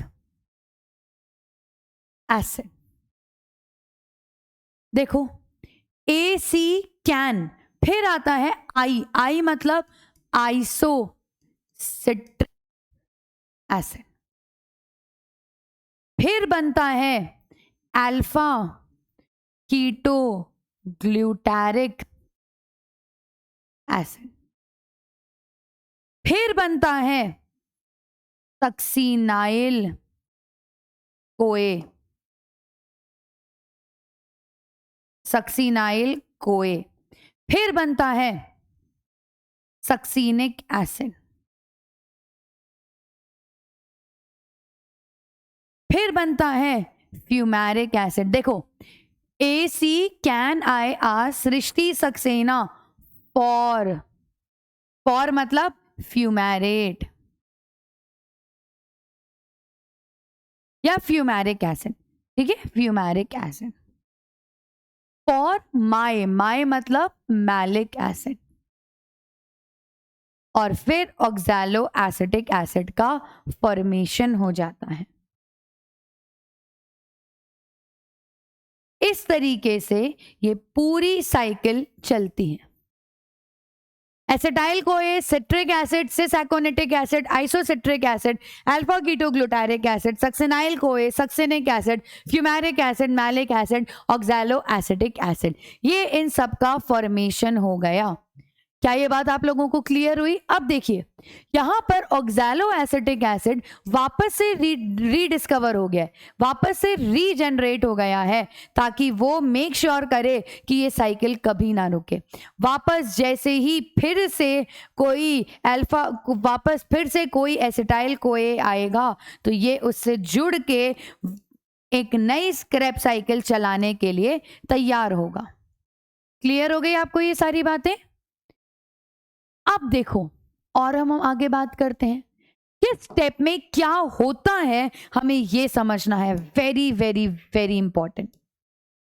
अब मैं इनके पहले तो कार्बन के नंबर लिख रही हूं। एसिटाइल कोए में 2 कार्बन थे, ऑक्सैलो एसिटिक एसिड में 4 कार्बन होते हैं, तो सिट्रिक एसिड में 2 और 4 6 कार्बन। अब मैंने कैसे याद किया था कि इन्होंने नेपोटिज्म चला रखा है, तो देखो सब सेम सेम से, सिट्रिक, सिस एकोनिटिक, आइसोसिट्रिक, वापस से सिट्रिक वर्ड आ गया, तो ये सब 6 कार्बन के हैं। फिर आया अल्फा कीटो ग्लूटारिक एसिड, इसने इनका नेपोटिज्म छोड़ दिया, तोड़ दिया, तो 6 की जगह 5 कार्बन। अब इसने कहा कि ठीक है भाई, मैंने नेपोटिज्म तोड़ा है, मैं वापस से कंटिन्यू थोड़ी करूंगा, तो सक्सिनाइल कोए में 4 कार्बन, सक्सिनिक एसिड में 4 कार्बन, फ्यूमेरिक एसिड में 4 कार्बन, मैलिक एसिड में अगेन वापस से 4 कार्बन हो जाएंगे। ठीक है, अब आगे देखिए और किस स्टेप में क्या क्या चीजें होंगी, एक एक करके हमें इन सबको याद करना है। देखिए जब यहां पर 6 कार्बन से 5 कार्बन में कन्वर्जन हुआ तो हो ना हो CO2 रिलीज हुआ होगा, और यहां पर भी जब 5 से 4 कार्बन हुए तो हो ना हो CO2 रिलीज हुआ होगा। तो 2 स्टेप जहां पर CO2 रिलीज हुए, इन स्टेप में इसके अलावा एक और चीज होती है, NAD कन्वर्ट हो जाता है NADH2 में, NAD कन्वर्ट हो जाता है NADH2 में। ठीक है, और ध्यान से देखिए, जब सक्सिनिक एसिड, सक्सिनाइल कोए से सक्सिनिक एसिड बनता है तो एक डायरेक्ट GTP का फॉर्मेशन होता है। देखो मैंने, मेरी ट्रिक क्या थी, SS सृष्टि सक्सेना SS मैम है आपकी, तो मैं बहुत एनर्जी रेडिएट करती हूँ, तो मेरे नाम के बीच में एनर्जी निकल रही है, सक्सिनाइल कोए और सक्सिनिक एसिड के बीच में GTP का फॉर्मेशन हो रहा है। नेक्स्ट और आगे बताती हूँ, जब सक्सिनिक एसिड से फ्यूमेरिक एसिड बनता है उस टाइम पर एक FAD कन्वर्ट हो जाता है FADH2 में। तो देखो फ्यूमेरिक एसिड भी F से है, FAD भी F से है, तो फ्यूमेरिक एसिड के फॉर्मेशन में FAD से FADH2 बन जाता है। तो यहाँ पर दो जगह NADH2 बना, एक जगह डायरेक्ट ATP बनी, एक जगह FADH2 बना, यानी कि ये इतनी गजब की रिएक्शन है कि एनर्जी दे रही है, और इतनी गजब की रिएक्शन है कि जब खत्म होती है एक साइकिल तब भी एनर्जी देती हुई जाती है। तो यहां पर हर स्टेप में कहां पर क्या क्या हुआ है ये सब हमें देखना है। यहां पर citric acid, isocitric acid 6 carbon तक का था, वहां से जब अल्फा कीटोग्लूटारिक एसिड बना तो 5 कार्बन बना तो CO2 निकला, फिर अल्फा कीटो से सक्सिनाइल CoA बना तो अगेन एक CO2 निकल गया, 4 कार्बन, फिर 4 कार्बन चलते जाएंगे। जब भी CO2 निकलेगा NADH2 में कन्वर्ट होगा, यहां पर भी NADH2 में कन्वर्ट हो गया। देखिए अब यहां पर सृष्टि मैम बहुत एनर्जेटिक हैं, तो सृष्टि सक्सेना इन दोनों के बीच में एनर्जी निकल रही है, GTP निकल रहा है। सक्सिनाइल CoA से फ्यूमेरिक एसिड बना, F for fumaric, F for FADH2, तो यहां पर जो FADH2 का फॉर्मेशन हुआ, और ये इतनी एनर्जेटिक रिएक्शन है कि एंड में जाते जाते भी एनर्जी देकर जाती है। यहाँ पर कोई भी एंजाइम आप याद रखो ना रखो मुझे फर्क नहीं पड़ रहा, पर एक एंजाइम पता होना चाहिए कि यहाँ पर जब ये काम हुआ है तो एंजाइम का नाम है सक्सीनेट डिहाइड्रोजनेज। यहाँ पर एंजाइम का नाम है सक्सीनेट डिहाइड्रोजनेज। और आप कुछ भी भूल सकते हैं, मुझे कोई दिक्कत नहीं है, पर ये याद रखिए यहां पर FAD कन्वर्ट हो जाता है FADH2 में। क्या ये बात आप लोगों को समझ में आई? देखिए ये रही हमारी पूरी की पूरी क्रेब्स साइकिल की रिएक्शन। एक मिनट,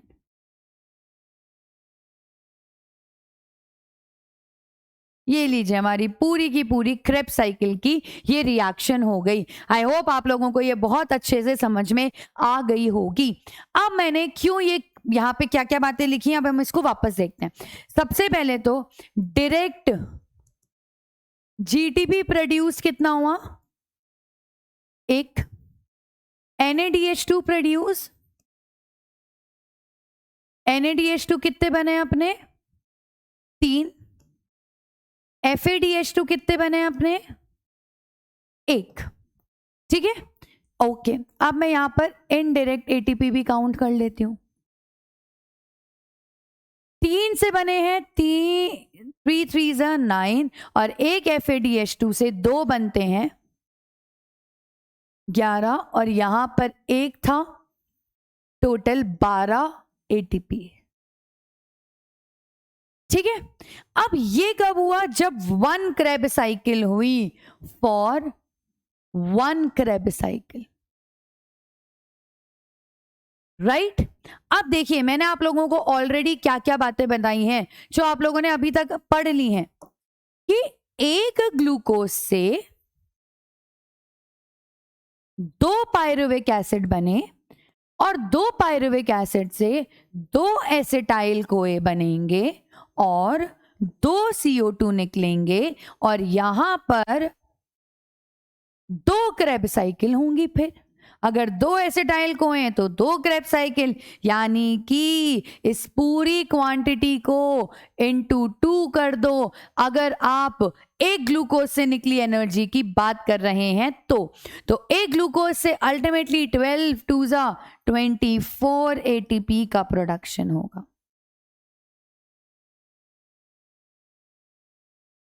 क्या ये बात क्लियर हुई? ठीक है, अब हम देखते हैं, वापस से देखते हैं। जब मैंने ग्लाइकोलिसिस किया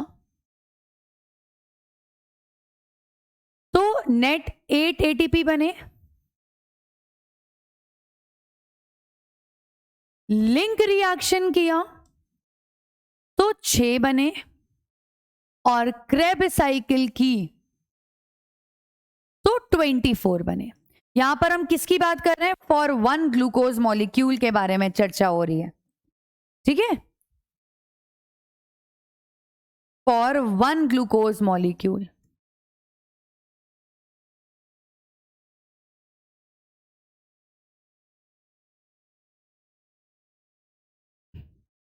टोटल काउंट कर ले, 26 और 24 और 6 30 और 38 एटीपी। 38 एटीपी का प्रोडक्शन होता है जब आपका एक ग्लूकोज टूटता है। और जब फर्मेंटेशन हुआ था तो कितने एटीपी बने थे? नेट मात्र 2 एटीपी। तभी तो मैंने कहा कि पूरी एनर्जी उसमें ट्रैप ही नहीं हो पाई, पूरी एनर्जी का एटीपी प्रोडक्शन ही नहीं हो पाया। लेकिन अगर आप ग्लूकोज का कंप्लीट ऑक्सीडेशन करें तो आपको 38 एटीपीज देखने को मिलने वाले हैं। क्या ये बात आप लोगों की क्लियर हुई? चलिए, आप एनसीईआरटी में ये पूरी टेबल है, मैंने ऑलरेडी आप लोगों को ये पूरी साइकिल दे रखी है, मैंने बता दिया है। पायरुविक एसिड से एसिटाइल कोए, तो ये रही लिंक रिएक्शन। फिर क्या हुआ? ऑक्सैलो एसिटिक एसिड से सिट्रिक एसिड। फिर इन्होंने सिर्फ इंपॉर्टेंट बातें बताई हैं, अल्फा कीटोग्लूटारिक एसिड, कई स्टेप, सक्सीनिक एसिड, फिर मैलिक एसिड और ऑक्सैलो एसिटिक एसिड। यहां पर देखिए, सिट्रिक एसिड, सिस एकोनेटिक एसिड, आइसोसिट्रिक एसिड और फिर अल्फा कीटोग्लूटारिक एसिड। तो एक CO2 और एक NaDH2 का फॉर्मेशन हुआ। अल्फा कीटोग्लूटारिक एसिड से सक्सिनाइल कोए, एक CO2 निकला और एक NaDH2 बना। अब मेरे दोनों नामों में एनर्जी रेडिएट हो रही थी, तो सक्सिनाइल कोए से सक्सिनिक एसिड, GTP का फॉर्मेशन हो गया। फिर यहां पर जब फ्यूमेरिक एसिड बना तब FADH2 का फॉर्मेशन हुआ, और फिर मैलिक एसिड और उससे अल्टीमेटली ऑक्सैलो एसिटिक एसिड में अगेन NaDH2 का फॉर्मेशन हुआ। तो यहां पर टोटल 1 2 3 और 4 NaDH2 बने हैं। देखिए यहां पर इस रिएक्शन में इन्होंने 4 NaDH2 बता दिए हैं। यहां पर एक क्रेब्स साइकिल में बात हो रही है, एक FADH2 बना है, ये लीजिए एक FADH2 बन गया। और आप यहां पर GTP बोलो या ATP बोलो, एक ही बात है, ATP का फॉर्मेशन होगा। और पूरी की पूरी देखिए जरा यहां पर एक CO2 यहां, एक मिनट,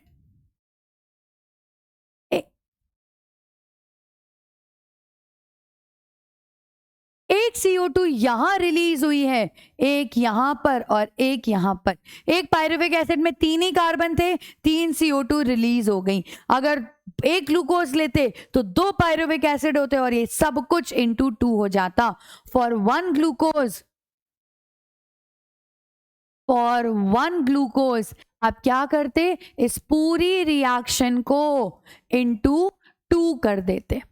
तब आपके पास में 2 पायरुविक एसिड होते, 8 NAD+ होते, 2 FAD+ होते, 2 और 2 4 H2O होते, 2 ADP होते और IP होते। और इससे आपके बनते 6 CO2 और 8 NADH2, FAD, ठीक है, 2 FADH2, 4 और 1 मिनट, 4 और 2 8 H+ आयंस बनते और 2 ATP बन जाते। ये पूरी कहानी हो जाती। अब बात आई कि यहां तो डायरेक्टली ATP बन रहा है, पर मैंने क्यों बोला कि एक NaDH2 से 3 ATP बनेंगे और एक FADH2 से 2 ATP? ये पूरी कहानी अब हमें एक बहुत इंपॉर्टेंट प्रोसेस में पढ़नी है जिसका नाम है electron transport system and oxidative phosphorylation. Please have a look at this, फिर हम आगे देखते हैं। चलिए स्टूडेंट्स आगे बढ़ते हैं और अब हम देखते हैं कि किस तरीके से ये NaDH2 या FADH2 से एनर्जी का प्रोडक्शन होता है। इस प्रोसेस में हम 2 चीजें पढ़ेंगे, एक है इलेक्ट्रॉन ट्रांसपोर्ट सिस्टम और एक है ऑक्सीडेटिव फॉस्फोराइलेशन। आप लोगों ने जैसा केमियोस्मोटिक हाइपोथेसिस पढ़ा था या जैसे वहां पर ATP प्रोडक्शन पढ़ा था, ऐसा ही कुछ हम यहां पर भी पढ़ने वाले हैं। ये होता है, it occurs in mitochondrial membrane. Mitochondrial membranes के अंदर ये होता है, ठीक है। ऐसा एनसीईआरटी का डायग्राम है। अब हम इस डायग्राम को देखते हैं। सपोज ये आपकी माइटोकॉन्ड्रियल मेम्ब्रेन है, ये आपकी है इनर माइटोकॉन्ड्रियल मेम्ब्रेन, और यहां कहीं पर आपकी आउटर माइटोकॉन्ड्रियल मेम्ब्रेन होगी। ये क्या है? इन दोनों के बीच की जगह पेरी माइटोकॉन्ड्रियल स्पेस, और ये हिस्सा क्या है? मैट्रिक्स की तरफ है, तो ये माइटोकॉन्ड्रियल मैट्रिक्स। इस इनर माइटोकॉन्ड्रियल मेम्ब्रेन में 5 कॉम्प्लेक्स मौजूद होते हैं। क्या मौजूद होते हैं? 5 कॉम्प्लेक्स। ऐसे बना देती हूं मैं, सपोज दिस इज 1, एक और थोड़ा सा छोटा करके बनाना पड़ेगा, जगह की कमी है। दूसरा, ये रहा चौथा, 5वां मैं बाद में बनाऊंगी। अभी हम पहले देख रहे हैं इलेक्ट्रॉन ट्रांसपोर्ट सिस्टम, फिर हम ऑक्सीडेटिव फॉस्फोराइलेशन देखेंगे। तो यहां पर आपके 4 कॉम्प्लेक्स हो गए। हम पहले इन चारों कॉम्प्लेक्स का नामकरण कर लेते हैं। We have complex 1, 2, 3, 4। कॉम्प्लेक्स 1 को हम कहते हैं NaDH2 डिहाइड्रोजनेज। कॉम्प्लेक्स 2 को हम कहते हैं FAD डिहाइड्रोजनेज, या फिर इसका पूरा नाम है सक्सीनेट डिहाइड्रोजनेज, या फिर इसका पूरा नाम है सक्सीनेट डिहाइड्रोजनेज। ठीक है। कॉम्प्लेक्स 3 का नाम है साइटोक्रोम B2C1, और कॉम्प्लेक्स 4 का नाम है साइटोक्रोम C ऑक्सीडेज। इनके अलावा और सुनिए, ध्यान से सुनिए, यहां पर क्या क्या मौजूद होता है।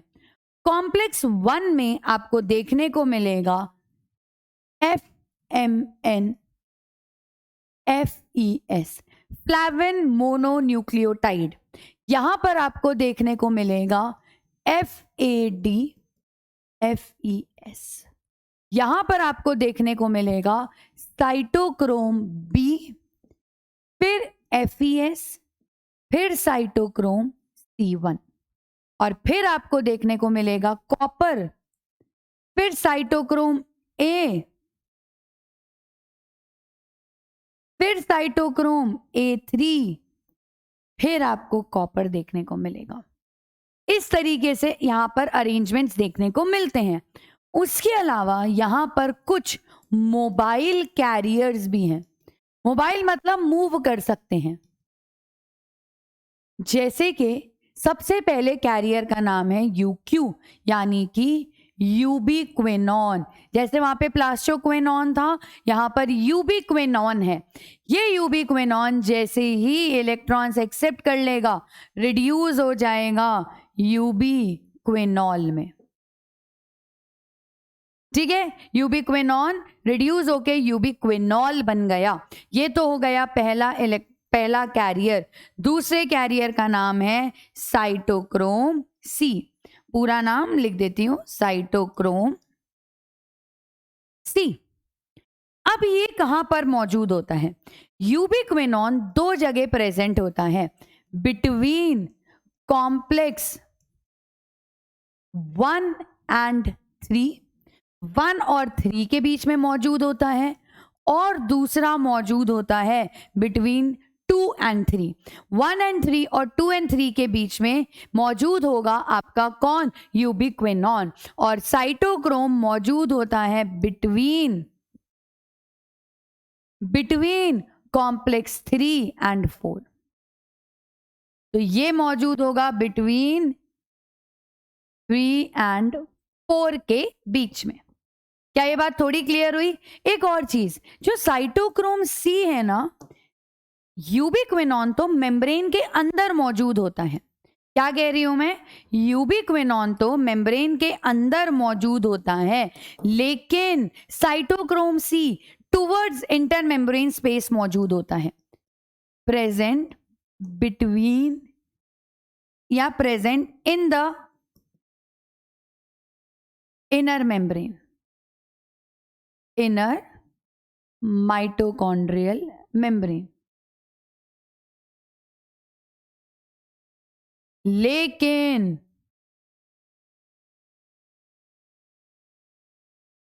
साइटोक्रोम सी यहां नहीं होता, ये प्रेजेंट होता है outer side of inner membrane, present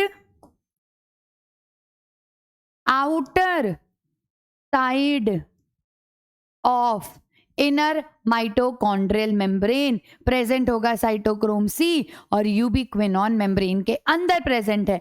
किस तरीके से जरा मैं बना के बताती हूं। अब देखिए, जो मैंने ये बनाया है, दिस इज कॉम्प्लेक्स 1, ये है कॉम्प्लेक्स 2, ये है कॉम्प्लेक्स 3 और ये है कॉम्प्लेक्स 4। 1, 2, 3 और 4। यूबिक्विनॉन यहां मौजूद है, यहां मौजूद है, लेकिन साइटोक्रोम सी इस तरीके से यहां मौजूद होता है। ठीक है, अब देखिए होता क्या है। जो NADH2 या FADH2 बने थे, वो कैसे ATP फॉर्मेशन में हेल्प करते हैं, इसको हम देखने वाले हैं। होता क्या है, मैट्रिक्स में ये कॉम्प्लेक्स 1 के पास में आते हैं और NADH2 वापस से NAD में कन्वर्ट हो जाता है। ये वापस से पूरा माइटोकॉन्ड्रिया में चला जाएगा या फिर ये चला जाएगा साइटोप्लाज्म के अंदर, ताकि पूरी एक्टिविटी होती रहे। और यहां पर 2 इलेक्ट्रॉन्स निकले।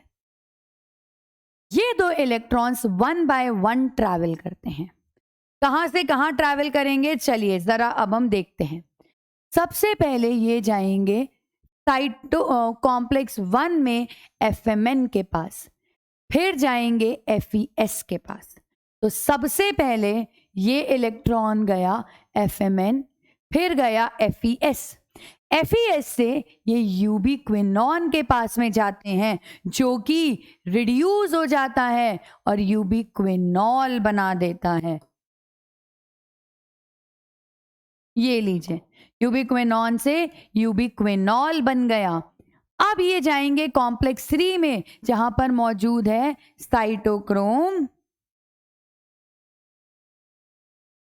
साइटोक्रोम बी, फिर है FES, फिर है साइटोक्रोम C1। तो यहां पर ये इलेक्ट्रॉन्स ऐसे मूव करके यहां गए। फिर ये साइटोक्रोम C1 से साइटोक्रोम C के पास आते हैं, वो ऐसे ट्रैवल करके यहां लाता है। यहां पर मौजूद है कॉपर, फिर है साइटोक्रोम A, फिर है साइटोक्रोम A3, फिर मौजूद है कॉपर। तो फिर ये इलेक्ट्रॉन ऐसे यहां ट्रैवल करता है और वापस से ये इलेक्ट्रॉन माइटोकॉन्ड्रिया के मैट्रिक्स में आ जाता है। यहां पर आकर क्या करता है, यहां पर आने के बाद में ये इलेक्ट्रॉन हाफ O2 और 2H+ से मिलके वाटर बना देता है। 2 इलेक्ट्रॉन्स चाहिए होंगे और वाटर का फॉर्मेशन हो जाता है। ठीक है, वापस से सुनिए। NADH2 टूटा, 2 इलेक्ट्रॉन्स निकले, एक 1 बाय 1 ये पूरा प्रोसेस हो रहा है। FMN FES, यूबिक्विनॉन, ये रिड्यूस होके ubiquinol, cytochrome B FES C1, C1 से साइटोक्रोम C, साइटोक्रोम C से copper, cytochrome A, cytochrome A3 और वापस से कॉपर और ऑक्सीजन ने एक्सेप्ट कर लिया। दूसरी बात आई FAD के बारे में। यहां पर देखो, ये कॉम्प्लेक्स 2 है, यहां पर क्या होगा, FADH2 रिड्यूस हो जाएगा FAD में, इलेक्ट्रॉन रिलीज करेगा, अगेन 2 इलेक्ट्रॉन्स, 1 बाय 1 ये इलेक्ट्रॉन ट्रैवल करेंगे। और यहां पर क्या हुआ, देखिए सबसे पहले आएगा FAD, फिर आएगा FES, तो इलेक्ट्रॉन्स गए FAD FES यूबिक्विनॉन एक्सेप्ट करके रिड्यूस हो गया है किसके अंदर, यूबिक्विनॉल के अंदर। फिर इलेक्ट्रॉन साइटोक्रोम B, फिर FES साइटोक्रोम C1, ये लीजिए वही cytochrome C, complex 4 copper, cytochrome A3 और कॉपर, वापस से वाटर।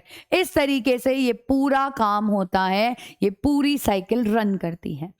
यहां पर अल्टीमेटली देखो, इतनी देर में तुमने ये नहीं सोचा कि एरोबिक रेस्पिरेशन है और ऑक्सीजन कहीं नहीं है। एरोबिक रेस्पिरेशन में ऑक्सीजन का काम बस यहां पर होता है। टर्मिनल इलेक्ट्रॉन एक्सेप्टर हम ऑक्सीजन को कहते हैं, टर्मिनल इलेक्ट्रॉन एक्सेप्टर ऑक्सीजन हो जाता है। ठीक है, चलें वापस यहां पर आए। अब जब ये पूरा प्रोसेस हो रहा था तो क्या हुआ समझना, जब ये पूरा प्रोसेस हो रहा था तब जब पहली बार इसके पास इलेक्ट्रॉन आए, ये उस इलेक्ट्रॉन्स को यूज करता है और 4 हाइड्रोजन यहां पर पंप कर देता है। कौन, कॉम्प्लेक्स 1। फिर जब कॉम्प्लेक्स 3 के पास में इलेक्ट्रॉन्स आए तो ये भी 4 हाइड्रोजन को यहां पर पंप कर देगा। जब कॉम्प्लेक्स 4 के पास में इलेक्ट्रॉन्स आए, वो भी 4 हाइड्रोजन को पंप करता, लेकिन 2 को ही करता है और 2 हाइड्रोजन यहां पर वाटर बनाने के काम में आ जाते हैं।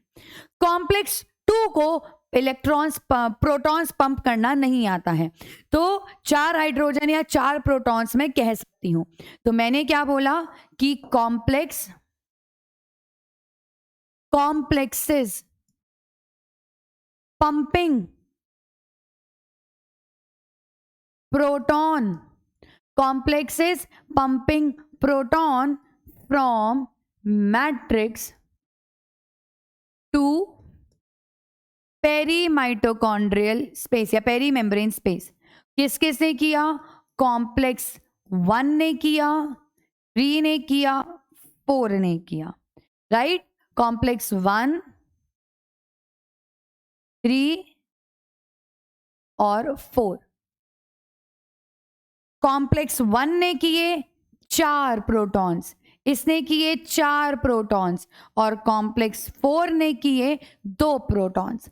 किस कॉम्प्लेक्स को पंप करना नहीं आता है, कॉम्प्लेक्स पंप करना नहीं आता है सेकंड कॉम्प्लेक्स को। अब देखिए यहां पर प्रोटॉन्स बढ़ते जा रहे हैं, यहां से भी आ गए, फिर जब देखो अब यहां पर भी जब ये आया तो इसने पंप नहीं किया, लेकिन जब यहां से आया तो भाई साहब ने तो पंप किया ना। फिर जब इसी के इलेक्ट्रॉन्स यहां पर आए तो इन्होंने भी पंपिंग करी है। तो यानी कि इलेक्ट्रॉन्स की पंपिंग तो हो रही है, तो यहां पर बहुत सारे प्रोटॉन्स, इलेक्ट्रॉन्स नहीं प्रोटॉन्स, बहुत सारे प्रोटॉन्स इकट्ठे हो जाएंगे। जरा इमेजिन करिए कि ये इनर मेम्ब्रेन है, ये आ गई आपकी आउटर मेम्ब्रेन, ठीक है। ये इनर माइटोकॉन्ड्रियल मेम्ब्रेन है, ये आउटर माइटोकॉन्ड्रियल मेम्ब्रेन है, और यहां पर कितने कॉम्प्लेक्स थे जरा देखना, 1, 3, 2 और 4, ठीक है। ऐसे बहुत सारे कॉम्प्लेक्सेस थे। इन कॉम्प्लेक्स ने प्रोटॉन्स को पंप किया, 1 ने किया, 3 ने किया, 4 ने किया। बहुत सारे प्रोटॉन्स यहां पर इकट्ठे होते जा रहे हैं। मैं सिर्फ लिख देती हूं प्रोटॉन्स, ये लीजिए इकट्ठे होते जा रहे हैं कई सारे प्रोटॉन्स।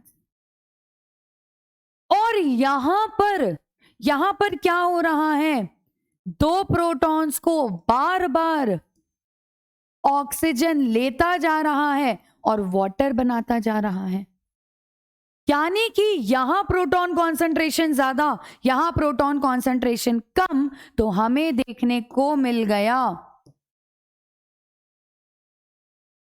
एक प्रोटॉन ग्रेडियंट। हमें क्या देखने को मिल गया? एक प्रोटॉन ग्रेडियंट देखने को मिल गया।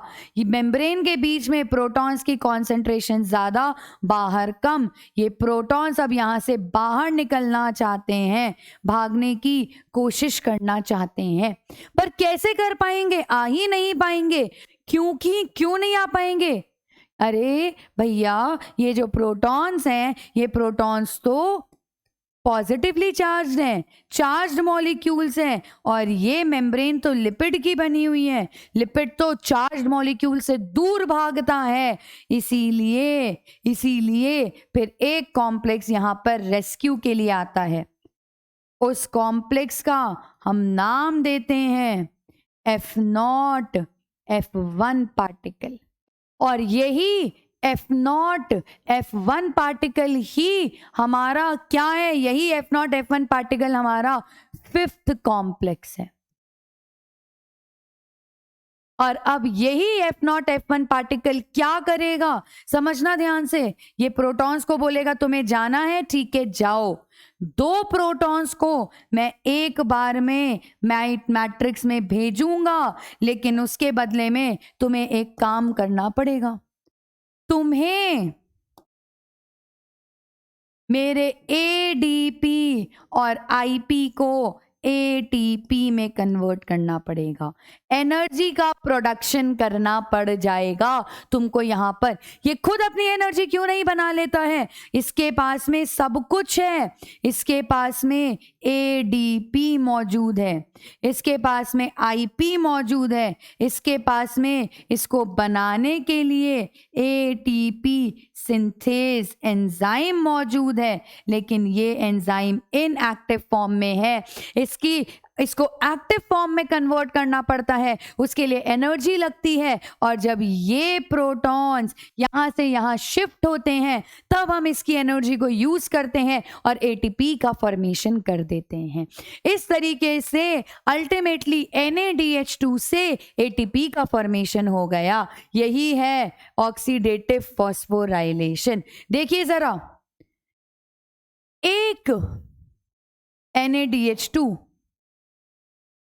एक NADH2 पंप करता है 6 प्रोटॉन्स को। मुझे पता है 2 प्रोटॉन से 1 ATP, यानी कि 6 प्रोटॉन से 3 ATP बन जाएंगे, और एक FADH2 पंप करता है 4 प्रोटॉन्स को। 1 प्रोटॉन से 2 ATP, 4 प्रोटॉन से 2 प्रोटॉन से 1 ATP, 4 प्रोटॉन से 2 ATP का फॉर्मेशन हो जाएगा। इसीलिए हमने पहले से इनको बैलेंस करके रखा था। चलिए अब हम NCERT का डायग्राम देख लेते हैं। अपनी NCERT खोलिए, देखिए सबसे पहला complex 1 NADH dehydrogenase, complex 2 succinate dehydrogenase, complex 3 cytochrome BC1, complex 4 cytochrome C oxidase. यहां पर इसको हमने बोला है FMN FES, यहां पर B साइटोक्रोम B FESC1, यहां पर FAD FES, यहां पर कॉपर साइटोक्रोम A1 और फिर से कॉपर, और ये F0 F1 पार्टिकल हो गया।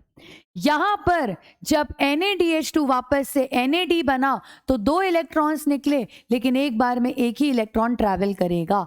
यहां पर यूबिक्विनॉन रिड्यूस होके यूबिक्विनॉल, फिर इलेक्ट्रॉन गया साइटोक्रोम B FESC1, फिर वो गया साइटोक्रोम C, देखो मेम्ब्रेन के बाहर की तरफ है, ये साइटोक्रोम C आया कॉम्प्लेक्स 4 के पास में कॉपर, साइटोक्रोम A1 कॉपर, ये आ गया। अब देखिए अल्टीमेटली ऑक्सीजन ने एक्सेप्ट कर लिया, वाटर का फॉर्मेशन हो गया। यहां पर जब ये काम हुआ, इन्होंने 4 प्रोटॉन्स पंप करे, इन्होंने भी दोनों टाइम 4 प्रोटॉन्स पंप करे, और इन्होंने 2 प्रोटॉन्स का पंपिंग किया। ये प्रोटॉन्स ऐसे पंप होते जाएंगे और यहां पर बाहर निकलेंगे, एटीपी का फॉर्मेशन कर देंगे। यहां पर और देखिए ये देखिए, inner mitochondrial membrane F0 F1 particle है, 2 प्रोटॉन्स इधर आए और ADP और IP से ATP का फॉर्मेशन हो गया। ये था हमारा इलेक्ट्रॉन ट्रांसपोर्ट सिस्टम, जो कि हमने पर्टिकुलरली ये देखा। और कॉम्प्लेक्स 5th इन्वॉल्व है ऑक्सीडेटिव फॉस्फोराइलेशन में। तो कॉम्प्लेक्स 5 का काम क्या है? Oxidative phosphorylation. ऑक्सीडेटिव, क्योंकि ऑक्सीजन की हेल्प हुई है, फॉस्फोराइलेशन, फॉस्फेट ग्रुप के एडिशन के टाइम पर ऑक्सीडेटिव फॉस्फोराइलेशन। डन, ये बात क्लियर हुई। चलिए, अब तो पूरे चैप्टर का मेजर पार्ट हमने पढ़ के खत्म भी कर दिया।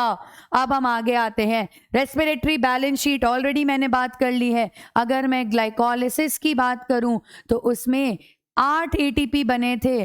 लिंक रिएक्शन में 1 में बने थे 3, 2 में बने थे 6।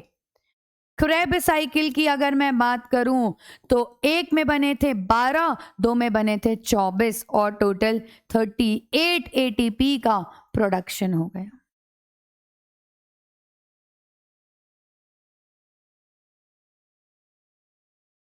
ATP का फॉर्मेशन हो गया।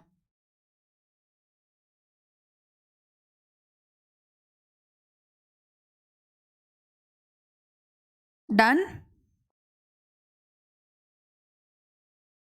चलिए, ये हो गया हमारा रेस्पिरेटरी बैलेंस शीट।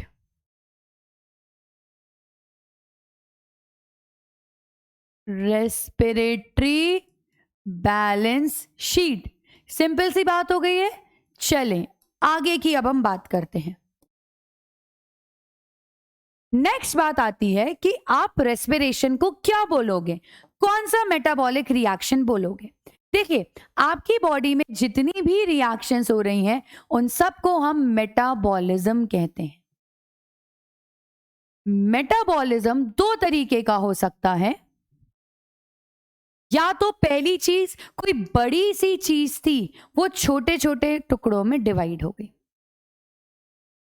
या फिर कोई छोटे से कंपाउंड से मिलकर बड़ा कंपाउंड बन गया। इसका एग्जाम्पल दूं, बहुत सिंपल एग्जाम्पल है, फोटोसिंथेसिस। CO2 और वाटर जैसे छोटे छोटे एलिमेंट से मिलकर ग्लूकोज का फॉर्मेशन हो जाता है, तो फोटोसिंथेसिस। यहां पर इस रिएक्शन को, जिसमें कुछ बना है, हम कहते हैं एनाबॉलिज्म। और अगर कोई चीज टूट गई, कट गई, तो हम कहेंगे कैटाबॉलिज्म। ऐसा मानना था कि फोटोसिंथेसिस तो एनाबॉलिज्म है और रेस्पिरेशन कैटाबॉलिज्म है। ये एक बेसिक थॉट या बेसिक कॉन्सेप्ट हुआ करता था, लेकिन ये बात एकदम गलत बात है। ऐसा नहीं होता है कि रेस्पिरेशन एक कैटाबॉलिक प्रोसेस है। आप बोलोगे कि ऐसा क्यों मैम? अगर मैं रेस्पिरेशन की बात करूं तो इसमें एक बड़ा सा ग्लूकोज था, वो बड़ा सा ग्लूकोज छोटे छोटे मॉलिक्यूल्स में कन्वर्ट हो गया, CO2 निकल गया, ऑक्सीजन या वाटर निकल गया, तो आपको तो इसे कैटाबॉलिज्म बोलना चाहिए। पर मैं बोलूंगी नहीं बेटा, रेस्पिरेशन को हम नाम देते हैं कि ये एक एम्फीबॉलिक प्रोसेस है, ये एक एम्फीबॉलिक पाथवे है। एम्फीबॉलिक पाथवे, अब इस शब्द का क्या मतलब है? एम्फीबॉलिज्म का मतलब होता है जब आपको कैटाबॉलिज्म और एनाबॉलिज्म दोनों देखने को मिल जाए, यानी कि कोई एक ऐसी रिएक्शन जिसमें कोई छोटी छोटी चीज जुड़ के बड़ी चीज बन रही हो और बड़ी बड़ी चीजें छोटी चीजों में टूट रही हो, यानी कि it is both catabolism and anabolism.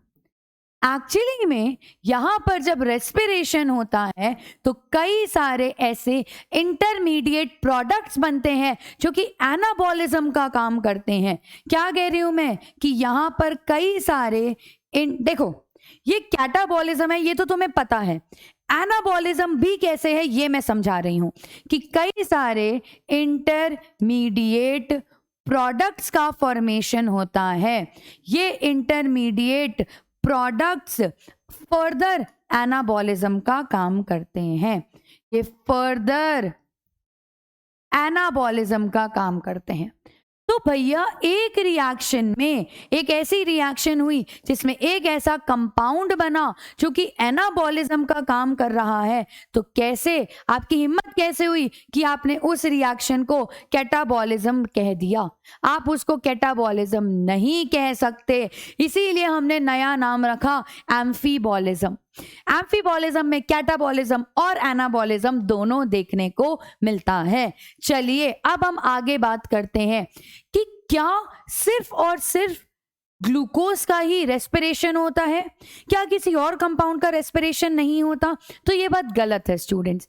कई सारे कंपाउंड्स का रेस्पिरेशन हो सकता है, जैसे कि फैट और प्रोटीन। अब चाहे फैट का कार्बो रेस्पिरेशन हो, कार्बोहाइड्रेट या प्रोटीन का, सब में क्रेब साइकिल कॉमन है। सब में एसिटाइल कोए बनेगा ही बनेगा और सब में क्रेब साइकिल होगी ही होगी, ये बात फिक्स्ड है। फर्क क्या है कि ये सब एंटर कहां पर कर रहे हैं, इसको हम समझते हैं। जैसे मुझे पता है कार्बोहाइड्रेट्स में ग्लूकोज की बात हुई, कुछ भी होगा तो ग्लूकोज बन जाएगा, उससे वही glucose 6 phosphate, fructose, DHAP, glyceraldehyde 3 phosphate, pyruvic acid, फिर उससे एसिटाइल कोए बना और क्रेब साइकिल हुई, glycolysis, link reaction and Krebs cycle. लेकिन अगर मैं प्रोटीन्स की बात करूं तो प्रोटीन्स ब्रेक होके अमाइनो एसिड बनाते हैं जो कि सीधा पायरुविक एसिड में कन्वर्ट हो जाता है। तो प्रोटीन्स कभी भी ग्लाइकोलिसिस शो नहीं करते, वो सीधा लिंक रिएक्शन शो करेंगे और क्रेब साइकिल शो करेंगे। यानी कि मैं क्या कह रही हूं जरा देखें कि अगर मैं कार्बोहाइड्रेट्स की बात करूं तो कार्बोहाइड्रेट शो करेंगे glycolysis plus link reaction plus Krebs cycle. ठीक है, ग्लाइकोलिसिस, लिंक रिएक्शन और क्रेब साइकिल। अगर मैं प्रोटीन्स की बात कर दूं तो वो सिर्फ और सिर्फ शो करेंगे लिंक रिएक्शन को और क्रेब साइकिल को। मतलब और भी रिएक्शंस जो उसके अंदर हैं वो तो हैं ही, उसके अलावा। अब हम बात करते हैं फैट की। फैट टूटता है फैटी एसिड और ग्लिसरॉल में। इसमें से अगर ग्लिसरॉल की बात करें तो ग्लिसरॉल तो DHAP बन जाता है, तो यानी कि ग्लिसरॉल आधा ग्लाइकोलिसिस करेगा, फिर लिंक रिएक्शन करेगा और क्रेब साइकिल करेगा। लेकिन फैटी एसिड्स सीधे एसिटाइल कोए में कन्वर्ट हो जाते हैं।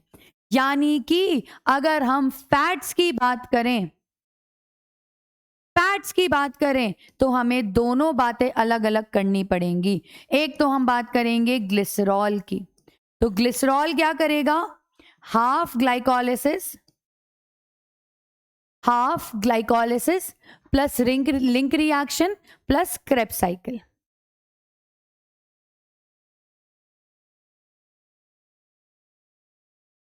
राइट? लेकिन अगर फैटी एसिड की मैं बात करूं तो वो सीधा बन रहे हैं एसिटाइल कोए, यानी कि ना वो ग्लाइकोलिसिस करेंगे ना वो लिंक रिएक्शन करेंगे, वो सिर्फ और सिर्फ क्रेब साइकिल करेंगे। ठीक है, एम आई क्लियर?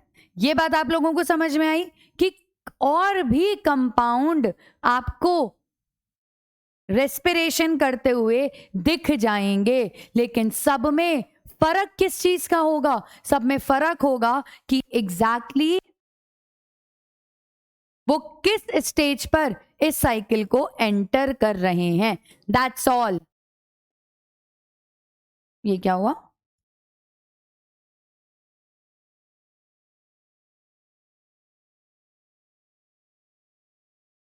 ये लो, डन। क्या ये बात समझ में आई? ऐसा करें, भारत का झंडा ही बना देते हैं। चलो, अब मन कर गया तो झंडा बना देते हैं। कार्बोहाइड्रेट, ग्लाइकोलिसिस, लिंक रिएक्शन, ये लीजिए, ये तो भगवा रंग हो गया। यहां पर अब हम करते हैं सफेद रंग, येलो, और नीचे अपन कर देते हैं हरा रंग। ठीक है, ये लीजिए, और बीच में थोड़ा सा मैं ब्लू कलर भी कर देती हूं। बन गया भारत देश का झंडा। चलो गजब। चलिए आगे बढ़ते हैं। एक और कॉन्सेप्ट है which is respiratory question. Respiratory question का क्या मतलब है? इसको हम RQ भी लिखते हैं। इसका मतलब है कि कितना CO2 निकला, amount of CO2 evolved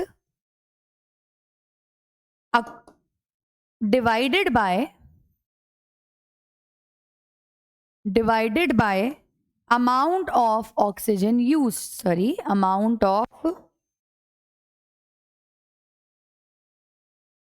oxygen used।